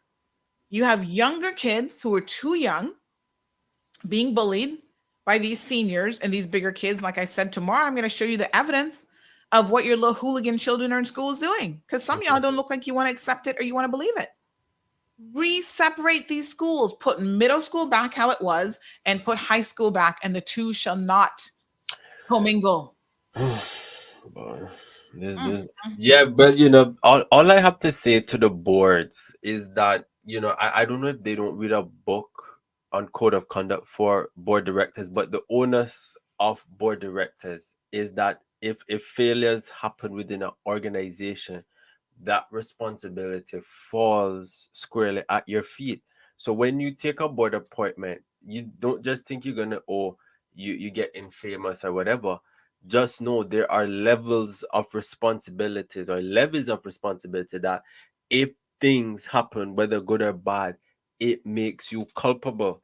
And so for me, the boards that are up for review is the education board, the case board, the port authority, the transport board, where quite frankly I've seen Minister Bryan fumbled. I will fumble. He probably in a casket right now with the fumbling with those 2 appointments of people that he's put there, and the excuse of giving people a chance. If you're not competent, if you can't read and write, if you can't handle the pressure in the kitchen and the responsibility, get out. Because with the failures with the port, where we've seen equipment which are quite frankly not up to international standard or standard at all, is a disaster waiting to happen. Now, I really and truly don't want to hear the rubber knees two mouth explanation on why it wasn't happening or why it wasn't working. We have years of documentation showing that the employees are dissatisfied. And why aren't we listening to the employees? Because quite frankly, politicians do not listen to their voters until it comes around to election time. And this level of culpability falls squarely with the premier at the end of the day. I know he's very good at running his ministry and to a level of degree the cabinet, but individually the PACT is sitting at 50%. And we've been giving them almost a year to pull up their socks, get this thing done, and it hasn't been happening. So the whole array of issues, such as the education board not doing what it's supposed to do, the transport board not dealing with the looming demands of a booming population, and the road, what's going on here? And in terms of the Sexual Harassment Act, which was to my knowledge not really, it's there but it doesn't go strong enough. There are a series of issues that I am going to be looking at, which this government has either tried to address, has done nothing to address it, and the issues pertaining to it. Because what we voted for change, but we voted for change that would be competent, it would listen to people, and it would act on it.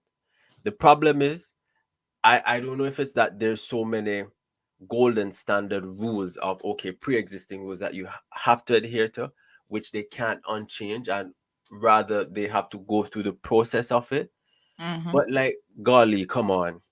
This is why people do not want to participate in politics. This is why people don't want to go out and vote. This is why people don't want to be put their name up for jury duty. Because the overall sense is that, and I don't know if any politician is listening, but quite frankly, young people don't want to have to deal with this. We are quite competent in locking ourselves up in our house, doing what we gotta do, and come back and not really be community involved. And that will cause issues. Of course. Because that's the worst thing that young people can do is give up, because it's your future. You realize giving up is easier, as in, okay. Of course. Oh, giving up is always easy. Honestly, if I was working at the port, I said, Bobo, guess what? I'm going to do my little 1, 2, 3, put it up, go home. Because what this is the problem. And I've seen you come on this thing for years and say, listen, we have issues. We have got to fix those issues. And until we fix those issues, we are going to be in a proverbial circle of back and forth. Yeah. And this is why PPM I think, was kind of expecting this government to really fall on their face, because really and truly, the PACT does an average job, which is okay, you show up. But really dealing with the issue at the end of the day and getting it done, that is what young people want to see. We want to see that you're listening, you're acting, and you're listening to the employees. If you're not listening to the Port Authority employees, listen, it is not going to go well. It is not going to go well. And that's, I don't know. All the boards are being else? You know what else too? I mean, I try to be fair, Jared, because this PAC government hasn't been in quite a year yet, and they have accomplished a lot, but they also inherited a lot of issues that are not easily fixed, and they don't get fixed overnight. And I know that people are so frustrated by everything that we're looking for immediate solutions. But, I think that we have to be honest with each other in the immediate solutions. Even if you have the idea, the implementation of these solutions does take time. So, even 4 years. Is 4 Yeah, but years you see, enough time to fix? But the minimum that I expect a year in mhm, is to have at least a vision, a plan start mhm. to be formulated. So that's what I'm saying with the port, with Kay's Foundation. We know what a lot of the issues are. We've got reports up the Yeah, wazoo but it seemed like they that don't read them reports. That's the problem. And the listen, thing is, nobody hired more consultants than the previous administration. mhm. So use those consultant reports and try to implement and fix the problems. All right, Selvin says, I must say that this code of ministerial conduct is a very good PAC tool, and in the hands of a responsible premier can only mean the best stewardship. Well done. Clinton says, think I've gained the title as having been on the ticker screen the longest. I'm not quite following that one, Clinton, sorry, you might have to come again. Nikki, good morning. She says, good morning, CMR Nation. Al Ray says the 10 percenters, he had a laugh. Well, it's the truth. That's legit. And you know what about this particular individual that I'm thinking about? Everybody says the same thing about him. All of his former government colleagues and former ministerial colleagues, they're all like, this dude has a reputation, like legit. He showed up. 10% off the top goes to him. Then he can talk business. Well, he should, but how he ends up on a board, only God knows. Christopher says, I was always curious to know what are the requirements to be appointed to these boards. It seems like it's always who knows who. Yeah, and that seems to be the case. That seems to be the case. It's a friendship business. That's what it is. It's used as a tool to pay back, and often is the case, to pay back people who supported you during the campaign. So I've sat on a board before, many years ago. I sat on the, it was a trade business licensing board at the time. And even after this last election, I had an MP, I'm not going to say who it was, approach me. Oh, would you like to be on a board? And I said, no. I'm like, what are you thinking? Don't even ask me that question. To me, it was such a ridiculous question because I'm like, first of all, number one, I don't have time to sit on a board. It requires time away from like your real job, right? Mhm. Because some boards meet very, very frequently. And if you're an active board that actually gets stuff done, you're going to be busy. Yep. So number one, I don't have the time or the inclination to do it. And number two, in my job here at CMR, it is an obvious conflict of interest for me to be placed on any board. Oh, Jared, I can hear it now. Oh, yeah, boy. Sandy wrote this story on the port, and that's because she's on that board. So, she getting all the inside. So it wouldn't even make sense. I cannot think of a single board. Is there like a weather board? Even to that, I could even sit on, because right now there's a story about this weather instrument that has been broken forever. And all now we can't get it here in the Cayman Islands. We can't get it fixed. Why is that? Those are the type of stories that I have to write and bring to the people's attention. So why on earth do you think me being on a board would be a good idea? And honestly, I think that some people take board appointments like they feel extra special. Yeah, they honestly do. On a board. And, you're there to do a job. Now, certain members of this government have failed miserably with board appointments. Yes. We put ex-convicts on boards. Okay. I'm sorry, Mr. Miles. Is it Miles? But yes, you're an ex-convict. And not only are you an ex-convict, but your crimes was in relation to the misuse of your board position. To me, you should never in a million years see a board. And this isn't about me trying to be mean or we don't believe in giving Caymanians a second chance. You just don't put the fox in the hen house because you know what he can do. It just doesn't make any sense. We have other board members who've been appointed who's showing up on the cause list for court for crack cocaine offenses. Like, seriously? Of all the people in this country, that's the best you could be doing is picking someone up who's obviously snorting a little cocaine or shooting it up or whatever the heck. I don't know exactly how they're ingesting it. It's like, are you for real? Other criminal allegations actively, and you can put them on a board? Thank you, Ms. Morna, for clarifying. She says that I'm not saying that's all okay to do what you said. You're wrong. You're wrong. There's nothing on my behalf of who the person is because I know the person wrong is wrong straight up. Yes. And I just want people to know that when you have done something wrong, just like our prisoners, and we're going to start talking about them here now, you know, when you've done something wrong, there is a period of retribution, right? So you're sent to jail, you made to pay a fine, you meant to, you know, wear the scarlet letter. There's an amount of shame that comes with, okay, I have done something wrong. And it's not a mistake. I hate when people say, you know, you made a poor decision, it was a mistake. It's not a mistake. You made a decision. It was a poor decision. You know, own up to it, apologize. So in this case, the minister has said that he has learned a lesson. I don't know that he's apologized to all of the respective parties, but he said that he's learned a lesson. Ooh. Minister Bush.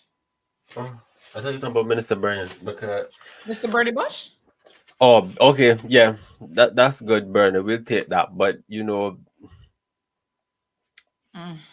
nothing we can do about it. Unfortunately, it is what it is. In that, I don't know, next topic because. So listen, let's talk a little bit about the prison, shall we? So, Nathina says true, quality, effective, ethical, and legitimate change. Good morning, Gary. Gary says the problem that government has is that there are too many persons with special interests. The biggest group is the lodge. They have destroyed so much looking out for each other. Stop them and you will see a difference.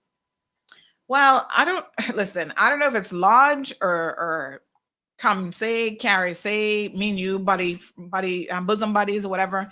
But the point being, Gary, and I take your point and I agree with you that there has been too much favoritism, nepotism, and every other kind of ism that has been happening in our governments and across the board that causes issues in our community.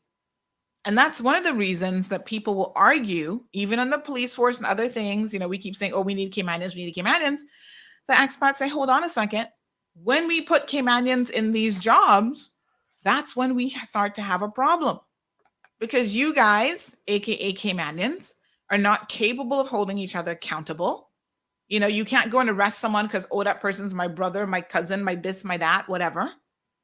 And so there's always this conflict that exists because of, you know, all of those types of issues, favoritism, nepotism, lodgism, whatever you want to call it.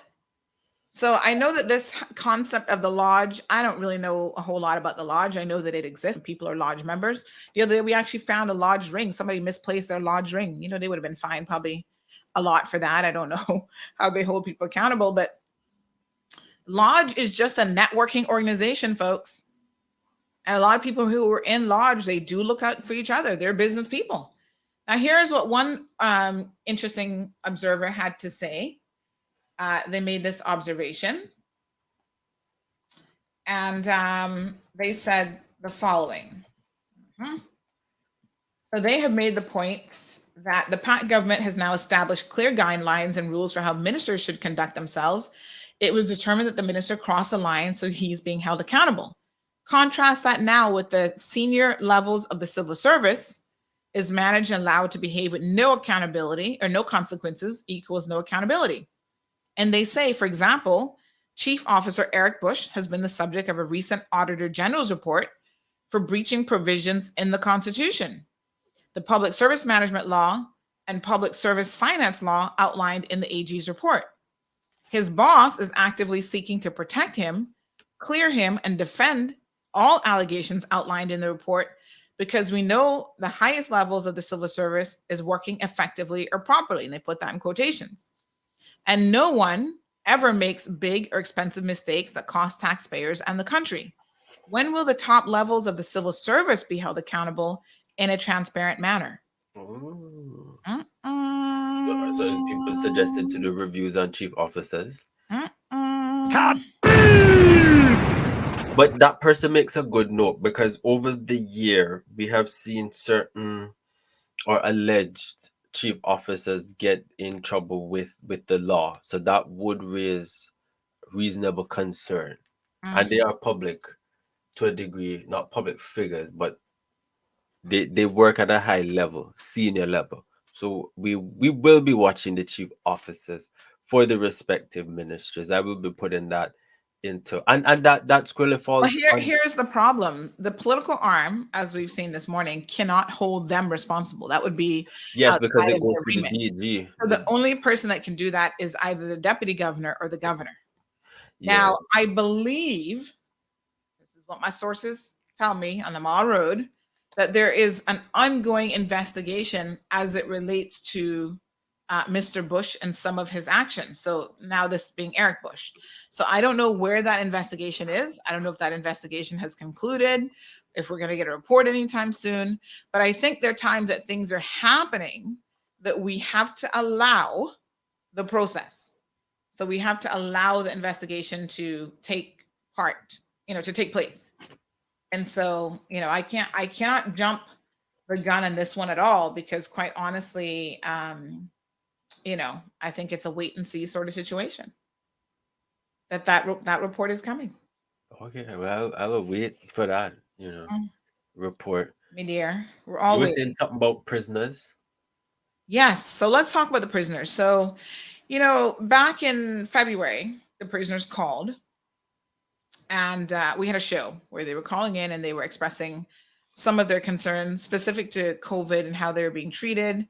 And a young man had just that day, minutes before, been taken out by ambulance because of their protests, because he was ill. That young man has since passed away and died because of COVID-related complications. Now, he did have underlying issues. He was a kidney transplant recipient and, was on dialysis for many, many years.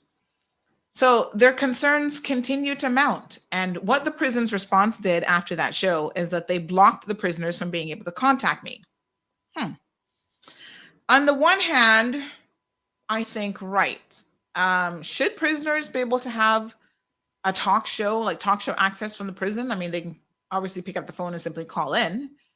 I don't know. I feel two ways about that. I could see why the argument's like, no, we can't allow this type of communication out of the prison. But at the same time, the prisoners have rights, and they have the right. They earn phone privileges and phone credit and whatever. And they have a right to call. Sure. Yeah, they have a right to call people and talk to people. You can't keep them away from their loved ones and keep them locked up. So they call other people to get to me if they need to. You can't stop it, prison. Blocking my number is one thing, but you cannot stop the prisoners from talking. They're going to find a way, especially when they feel like their voices are not being heard. And this is how the prisoners are feeling. Now, listen, a lot of the prisoners are in there for good reason. They've done something wrong. They're paying back their debt to society. Some have drug addiction issues. Some have mental health concerns and issues. And, they're there to pay the price. But that doesn't mean, somebody said to me, we've sent them to jail. We've sentenced them to jail, but we've not sentenced them to death. Right? And they still have rights. We can't abuse our prisoners and hope that they're going to come out better men and women. So when I started to get phone calls on Saturday that basically said the prisoners have another breakout on, I think it was Block C this time, Charlie Wing. And they were asking for lateral flow tests to be administered. And they were being told that, nope, that can't happen because the nurse does not return until Monday. A lot can happen. And so they don't have a 24 hour, 365, 7-day a week nurse. Right? I don't understand that. But if somebody gets stabbed up, what are they going to do? Well, then they'll call 911 and the don't make no sense. EMTs will come. But yeah, they don't have a nurse on weekends. To me, that's just that. Okay. That's crazy. I guess they're that good behaving. Yeah, 9 to 5 nurse at the prison. It's a 24-hour facility. So you should have nurses working at least on call or on shifts and available for weekend. So the staff, and this to me makes absolutely no iota of sense whatsoever. The prison staff, right, who are responsible for some degree of, the management of the care and management of the prisoners, are saying that they can't administer the tests. Only the nurse can do it. Since when? I have administered countless lateral flow tests on myself. I have administered to my daughter. Thank God I haven't had to do anybody else. But the whole point of a lateral flow test, of the LFT test, is you can self-administer it, or you could easily administer it on someone. You don't have to be a nurse You don't have to have any medical training at all. It's a home test kit, folks. So why the prison was telling them this makes no sense to me. And they knew that they had at least 2 positive men on Charlie Wing, and they were fearing that there were more people who were probably positive. And yet they were being denied access to LFTs. Crazy, right? Mm-hmm. So they got the word out to me, and I put up a post saying, come on now. You've already had one person die, one young man die on the hands of the prison. And yes, the government is going to have to pay for that. His family is suing. And if the government had any sense, now I'm not talking about the political arm of the government. I'm talking about the legal advisors, the attorney general's office. They would approach this family and settle this matter because it's a clear case, in my opinion, of negligence. Just pay the people the money and don't make them have to take you to court and fight it like you normally do. Okay? After all of that, you mean to tell me that you're going to sit back and allow prisoners again to have no access over the weekends? It was the same thing last time. Oh, it's a public holiday. The nurse isn't going to come in today. Really? Meanwhile, that poor young man is sitting there dying. A mother reached out to me on Saturday saying that her son, they had to end up calling the ambulance for him, and he was coughing up some kind of black phlegm or something. I was like, what the? Yeah. So these guys are sick and they're being denied proper care. I am just like, wow. So after the post went up, sure enough, they could find them some lateral flow tests and allow them to get the test done. That's why the prisoners reach out to me. They called me yesterday, Miss Sandy. Thank you so much. We finally got our lateral flow test. We appreciate you. I was like, wow. Now here's another situation in the prison, because there's a lot going on at the prison that they try to keep hush hush, and I really don't know why, because like I said, this is the Cayman Islands and people talk. And there's a lot happening on the Mall Road. A 16-year-old. That's another problem, right? This is why when we have that report that says teenagers shouldn't be mixing with hardcore prisoners. Now they have a little separate wing for them. I'm going to double check my notes. I think it's the Echo wing, but it's a smaller wing that they put the juveniles on. And in prison with the rest of them? Yes, my dear. But here it is now. He goes in there. He's 16 years old. He's in a wheelchair and he has his hand already in a sling. 4 prison officers, and I'm going to get their names when I put it on the website, are alleged to have assaulted him last week, and nothing has happened. No investigation, no, MASH unit. The kid is 16 years old. Now, I get it. Some 16-year-olds are badasses, but that does not mean that he needs 4 adult, hardcore men beating up on him in prison. Something is wrong. And the prison believes that they can hide this sort of information from the general public. Well, not under my watch. I need some answers. Another situation where we have an acting director, Mr. Greaves. I think he might be in over his head because there's been a lot happening under his watch as acting director that makes me pause. What about, you ready for this one, Jared? I'm listening. What about the fact that a prisoner tried to commit suicide last week? And he was stopped by another prisoner. Right. Y'all heard anything about that on the streets? No. Not a word. Because once again, it's all being kept hush-hush. And they figure, well, if nobody knows about it, it didn't happen. That's their philosophy. That's the overall philosophy I find in a lot of organizations, especially government. If nobody knows about it, that's why they be telling people, don't tell Mall Road. Because the Mall Road don't know about it and the public don't know about it, then it didn't happen. Really. That's why a certain ministry, department was very scared when we were dealing with a complaint in regards to people not getting paid. But it what seems to be very apparent and it has become increasingly transparent is that people who are hired to do a job do not do their job. And so this is where CMR comes in and we say, well, okay, we'll investigate this. We will take it on, and we look at it. Because it seems to me, CMR gets more done, and we hold people accountable. This caller is reminding me there was actually the January holiday when the prisoners call in, and the 24th, and that's right, because it was Heroes Day, which is in January, right? Yeah, that was that holiday that they called in. Don't forget, also, somebody's reminding this that Michael Ebanks, who is the acting chief officer for Bernie Bush, he resigned he resigned quite recently, but we published that on Friday. Yeah. Right ahead of this announcement this morning. Someone has said, I'm glad Bernie humbled up on all of this, and it's hopeful to see PAC exercising the code of conduct. Wayne's statement and handling of the situation was good.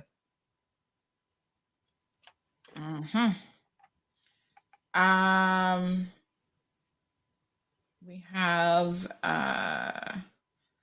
another person says, chief officers, all civil servants and appointees to government boards are public officers. When was the last time a senior civil servant was held accountable in a similar manner by the governor or deputy governor?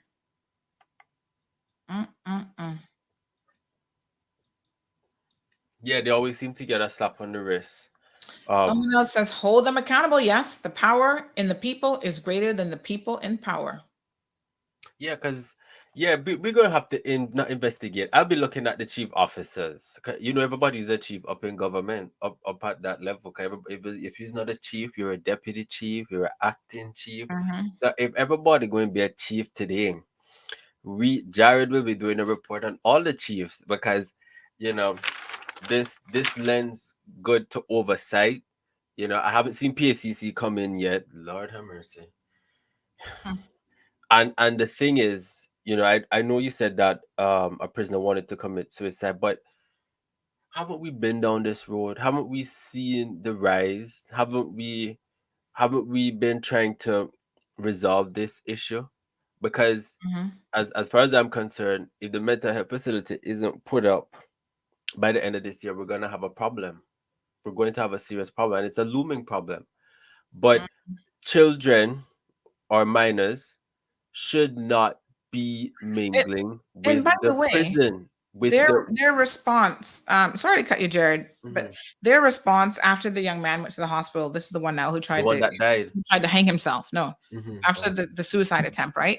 The prison management's response is to put him in isolation for 23 hours a day. That's not good mentally. That's not good. Who Exactly. authorized that?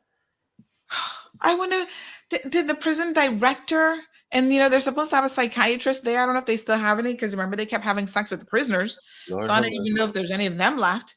But who consulted with the prison staff to say, oh, you have someone who's mentally unstable, was in the mental health ward at the hospital for a week or whatever. The thing you do now is put this person in isolation where they can sit there with their thoughts mulling over and have no social interaction, no one to talk to for the vast majority of their day. Put them in the hole, basically. Does that make any sense? That don't make no sense. That's going to push them more to eat up. Oh my God. Garfield says, unblock the Ute, Jason. He's tagging you about what they're going on with in the Queen's Hotel. I don't know which Jason that is, Garfield, but normally we block people for good reason. You know, if y'all don't know how to behave and you get blocked, don't come begging me later. Consequences. Sherry Ann says, also note, this is under investigation, and it's 2 different Ebankses, no family to you and innocent until proven guilty. Please don't put our people down. Keyman is too small for this. I have no clue what you're talking about, Sherry Ann. Which Ebankses? What are you talking about? I don't know what that one's about. Sorry, you're gonna have to explain that one a bit further. Janetta says, oh man, I'm agreeing in everything that is being said. Only CMR makes changes and solve the problem we people face. Well, let's continue our Monday Rewind segment. We are short on time. Jared, I'm gonna pull you out for a little bit. Stay tuned. But there's a couple other things that happened over the weekend of note. There's another robbery on Friday. So, you know, the criminals seem to be hitting hard. They have no issues doing what they need to do.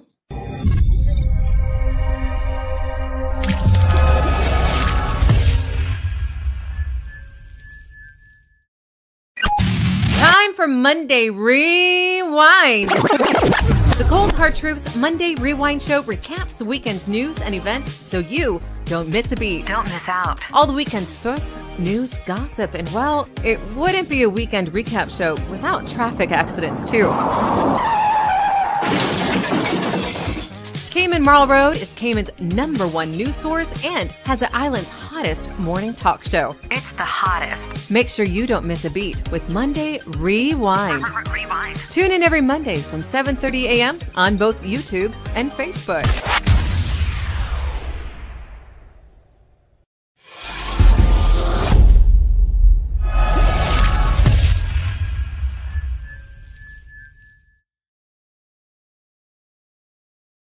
Of course, robbery on Friday night. Again, this is the two consecutive Fridays that we've had a robbery in the outer districts in Bodden Town, essentially.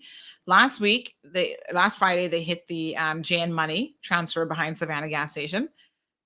This time, they went up into Bodden Town Central, hit the liquor store by Aussie's gas station. A stolen boat last week that we posted on Wednesday, thanks to our tipsters right here in CMR. The stolen boat was recovered in Honduras. What? Yes, it was. People sent photos of it. They're like, here's the boat right here in Honduras, sitting on the dock of the bay. Folks, quite unbelievable, but this is what people are doing. They're jumping in your boats and they're taking them all the way to Rotan. Apparently, they were planning on having a good weekend with this boat. Easter week is here. They wanted a nice new flashy boat to drive up and down in Honduras. So the Cayman Islands Coast Guard was in contact with the Honduran Navy as well as the RCIPS, and they were able to get this sorted out. The owners here in Grand Cayman had family and contacts in Honduras who were able to reclaim the boat.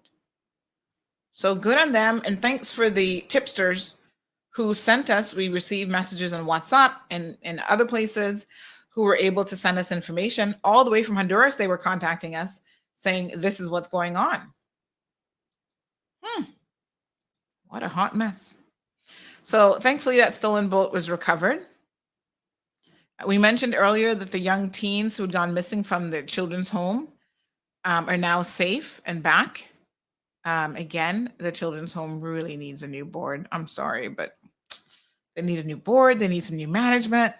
They need some shaping up.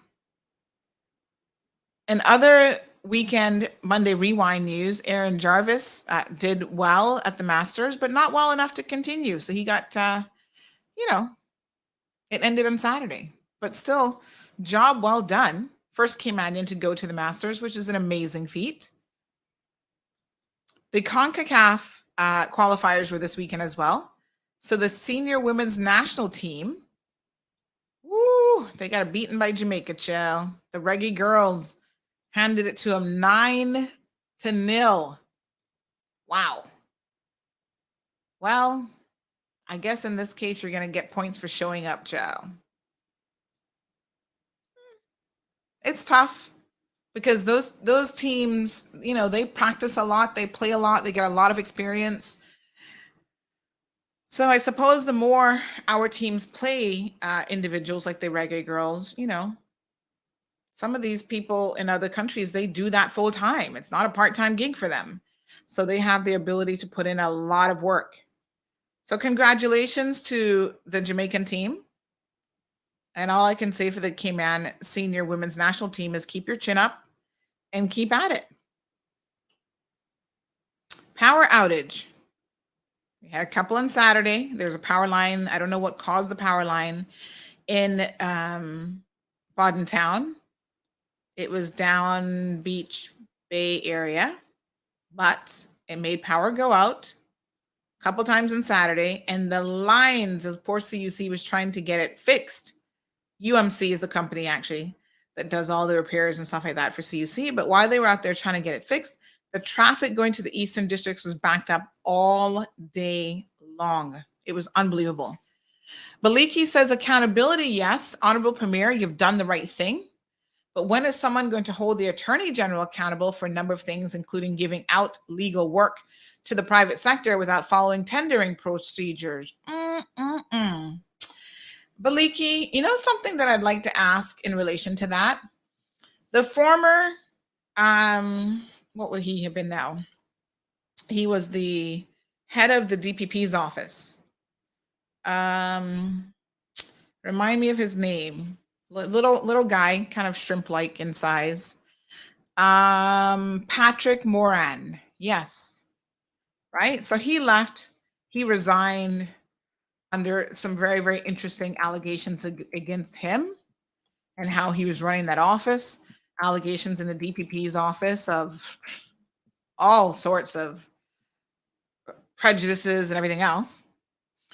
I'm curious as to where he is now, because there are these rumors afoot that our government has hired him back in some sort of consulting capacity. Well, what do you know? Lord Jehovah. When was it that he left office? Hold on now. That was January. No, he resigned in May of 2021.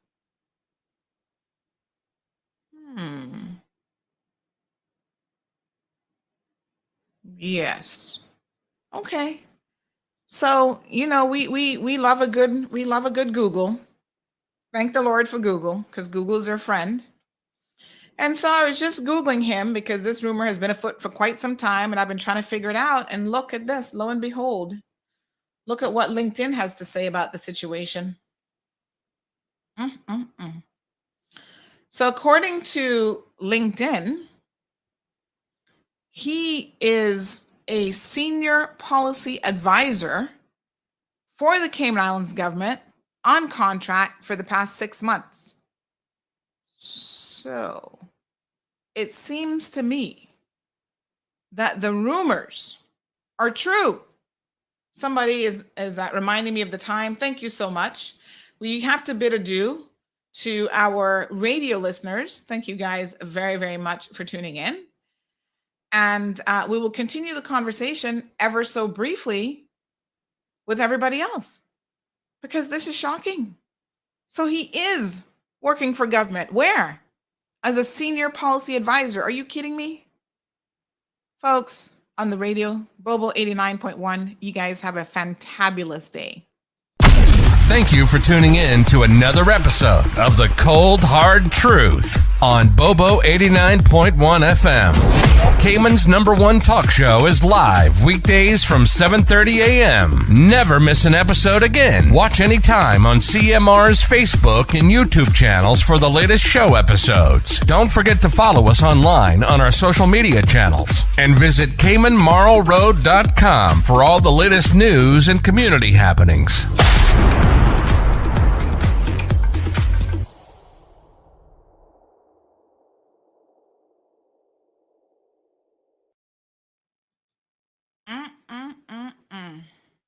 Welcome back. Wow. What am I seeing here now on LinkedIn this morning? Are y'all kidding me? Senior policy advisor?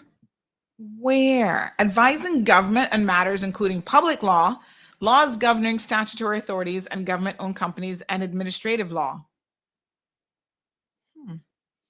So you go from being the director of public prosecutions, where you essentially failed, deputy director of public prosecutions, you failed, and you don't get to go back home or anything. We keep you on, and we keep you on at a government contract now as a senior policy advisor.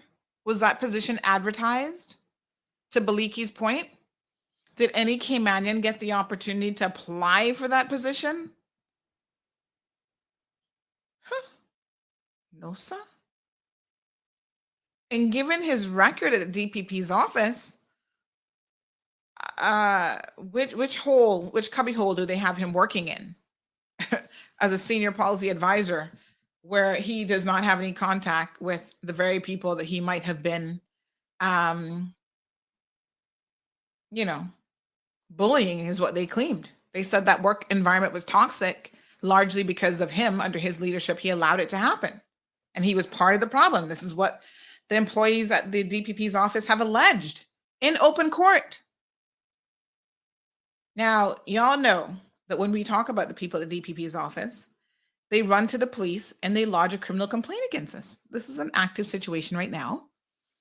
They have come to me and lodged a complaint. Well, they've lodged a complaint with the police, and the police have contacted me and said, Miss Sandy, these lawyers, these senior lawyers are claiming that you're saying things that are untrue about them. And I said, really?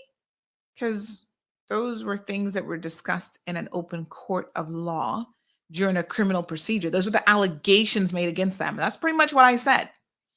But they've gotten all up in arms about it, and they want to throw this whole Section 91 misuse of ICT at people again. But this time I had my lawyer handy, Miss Amelia, and she said, oh, not today, Bobo. She said, really? And then here's what they did. They got someone, and I'm very much thinking that the person who advised them on this was Patrick Moran, because they said, oh, given that it was you and the complainants, work in the DPP's office, we outsourced it to somebody else. And we were like, really? And you would have outsourced it to who exactly? We suspect Patrick Moran, since he's a senior policy advisor. And he made a ruling that they should prosecute me for this. Here's the irony of it. A lot has changed between the 2019 prosecution and now we're in 2022. CMR are not in the same position anymore, folks. Trust me. The truth really comes hard these days. So they called and they said, Miss Sandy, we'd like to have a meeting with you. We have a ruling from the DPP's office and we'd like to have a meeting. I said, well, that's peculiar. This is like 13 charges later, and the police had never come to me, said they got a ruling, but they want to talk about it. I'm like, well, what do you want to talk about? Well, we'll tell you at the meeting. I'm like, okay, but I'm bringing my lawyer. Come on, Miss Amelia. Let's go. And we're sitting there, and you know what they put on the table? If you delete your podcast and take down the article. Now, the article wasn't part of the complaint, but the article covers what happened in court with Miss Dixon and the allegations that her lawyer made about the DPP's office being bullies and racist and all this kind of stuff. If you take down those two things, we won't prosecute you. Say what? Are you trying to control the media with threats of fear of prosecution? And you won't prosecute me if I take something down? I mean, I had to look at these officers and I was like, do you know who you're talking to? Me? Are you sure you have the right case file? Are you sure you're talking to the right person? Because I was like, honey child, under no circumstances, under this good green earth that we're on, would this threat or promise of, oh, don't prosecute, would ever work here.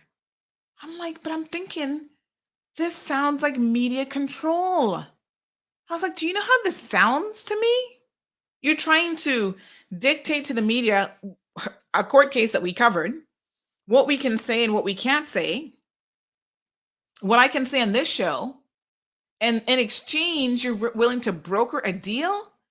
Honey child, if you think I broke the law, then what you do, as you've done in every other case that you lost, all those cases, you take it to court, and we put it before a judge or a jury and make them decide. But you're saying that you have someone, some external person, probably Patrick Moran, who gave you a legal document to say, yes, she has committed an offense. Prosecute her. But in the advice, it's also, well, go talk to her first. See if she'll take it down. Well, you know what? This made me think that these individuals who are lodging the complaint, Darlene Aku being one of them, and she was the prosecutor in my case with Matthew Leslie. And don't worry, we're appealing that. And part of the reason why we're appealing it is because of her actions in the trial. But anyway, we'll get there. You want me to believe that she's sitting here listening to CMR and watching CMR And she says, oh, the things that we said about her in the podcast are untrue. Well, what does that have to do with abuse of ICT? Because actually they weren't untrue. They were based on the trial. Now, she might not have agreed with what transpired in the trial, but unlike her, she didn't have the benefit of sitting throughout the trial to hear what all was said about her, including what her colleagues said and the allegations that they made against her. She was a witness in the trial, so she couldn't sit there and listen to them. So the media is now being told that you can't cover what happens in a trial and you can't share what the attorneys, what their arguments were and what their position was and what other witnesses said, because one of the witnesses was made to look bad during that trial, and because the media divulged that information, all of a sudden that's a criminal offense? What? You see the problem, do you not? Accountability at all levels. You don't get to control the media in that way. So I'm sorry. Oh, thank you, Jamila, clarifying Sherry-Ann's comment. She's saying Clinton Ebanks is not family to Jay Ebanks on why he's holding him accountable for oh, okay. Yeah, I mean, I didn't think that they would. I wasn't really thinking that at all. So yeah, that's the latest hot mess, folks. We're going to keep an eye on that situation. They haven't gotten back to us after that meeting, by the way. We're still waiting.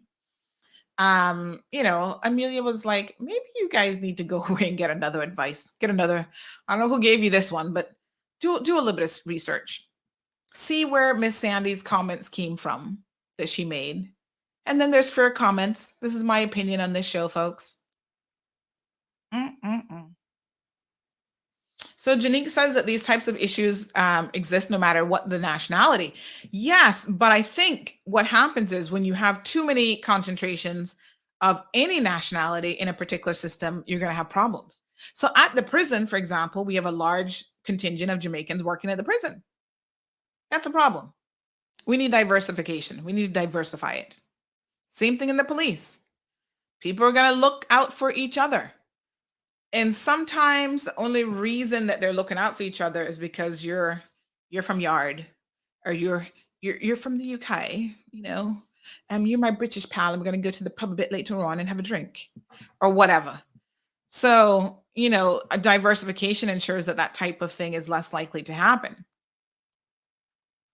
Aliano talked about military boot camp. Let's talk about that tomorrow when we break down what's happening with our young folks.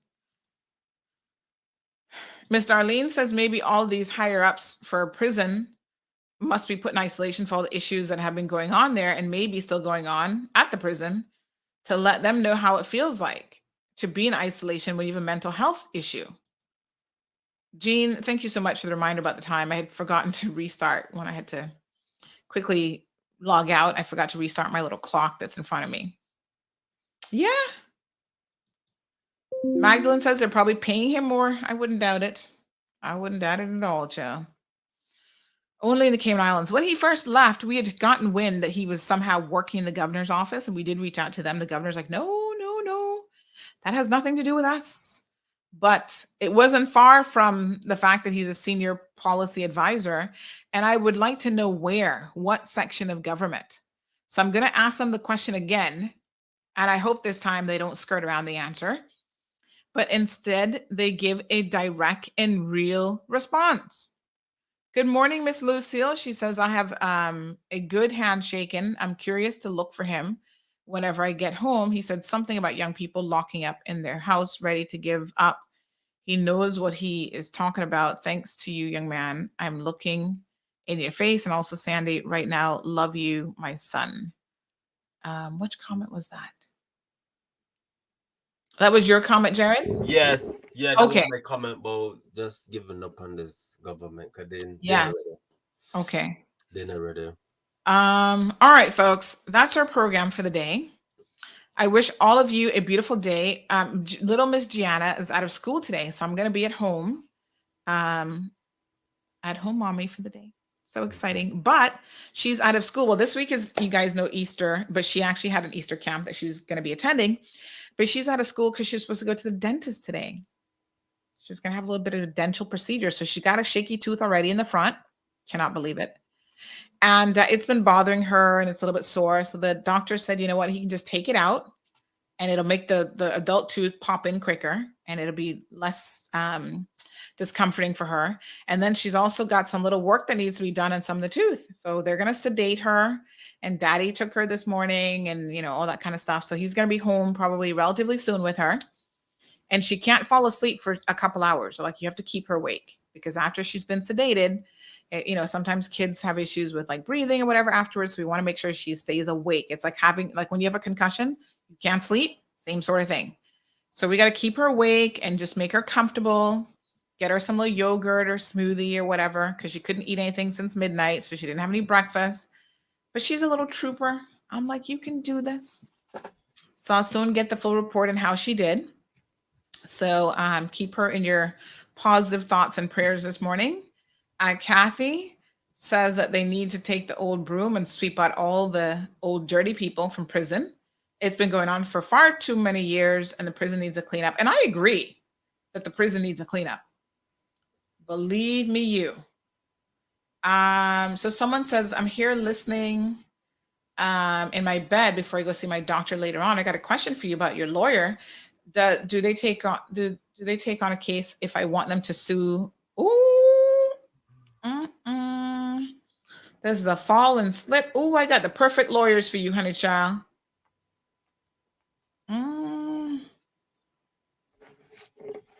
Oh, wow. Oh, yes, honey child. We soon come. This morning, we also wish to extend our condolences to a Caymanian family.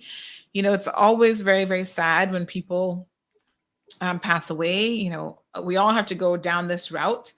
And older people undoubtedly are much closer, oftentimes, but not always, to the grave. But this young man is now such a handsome fellow. Look at him. Oh, my gosh. His life has been cut short. We understand that it's an accident. He is the grandson of Gay and Sammy Jackson, and he lived in Canada, and he got killed last night in a car accident. So this is our friend Dustin. You guys will know Dustin Jackson. I believe Dustin's now living in Panama. This is his son. Oh my gosh, I couldn't believe it when I started to hear this news this morning. He was about to graduate from university. Yes. And so we want to extend our condolences to the family, the Jackson family. Very, very sad. My goodness. Oh, such a handsome young man and had his entire life and future ahead of him. Wow. Unbelievable. Oh my gosh. Dustin, I'm so sorry. Oh, what can we do? Just never know. Thank you so much, Marshall. And, from our family here at CMR, the entire CMR, massive CMR Nation, we do, again, extend our condolences to the family of that young man there. Very sad situation. All right, folks. So that's it for the show. Jared, thank you so much for joining us. Okay. Yes, Sandy, thank you so much for having me. I'll be working on compiling the information for the boards. All right, you do that, and we're going to be doing a report card otherwise. I am in the information gathering phase. So if you have an opinion about a particular MP, and we're going to do the entire government, not just the PAC members. Opposition too. They've been Chamblies. Most of them get an F. An F for failure. But yeah, the immediate boards that I am paying attention to are prison, education, transport, Foundation, port authority, yes, keys, and labor and pension board. Those boards are top priority, and HSA too. Sorry, forgot to include them. Well, I would dare say you got your work cut out for you, honey chill. Nathina, let's talk about that tomorrow when we discuss these children, these little monsters that y'all raising, because a lot of the parents are blamed for them. I'm telling y'all straight up. Parents, y'all better tune in tomorrow morning because your little monster children, I'm going to show you what they're doing, what they're setting up. And then the school just isn't responding in the appropriate manner. And that's a problem. Anyway, folks, please enjoy the rest of your day. I wish you guys a fantastic day. It is Monday. So it's a short week though, because remember Friday is Good Friday. So it is a short week. And we've got a couple things that are coming up into next week here on the show. So make sure you continue to tune in. Thank you for your support as always. This show, hard to believe, everywhere I go, everybody's like, oh my God, Sandy, I'm tuned in on 89.1 every single day. It's the number one show without a doubt. And we certainly love and appreciate your support. We actually have a couple messages. Listen to this. We'll start to play some of these in rotation, but listen to this one. Hey Cayman, los saluda DJ Yoyo, The Energy, y estás escuchando The Cold Hard Truth con la voz del pueblo, Sandra Hill, todas las mañanas, 7:30 AM, only on Bobo, 89.1 FM. Aha, listen to that. DJ Yoyo sending his greetings. We have one from the Filipino community as well. So if you want to send in a little greeting that we can play in the morning show, please feel free. We'd love to hear you saying why you listen to CMR or why you love the Cold Hard Truth. Have a fantabulous day, folks. We'll see you tomorrow. Recover personal injury attorneys, helping injured people get what they deserve. Know your rights. Call us today for a free consultation. 924-9999.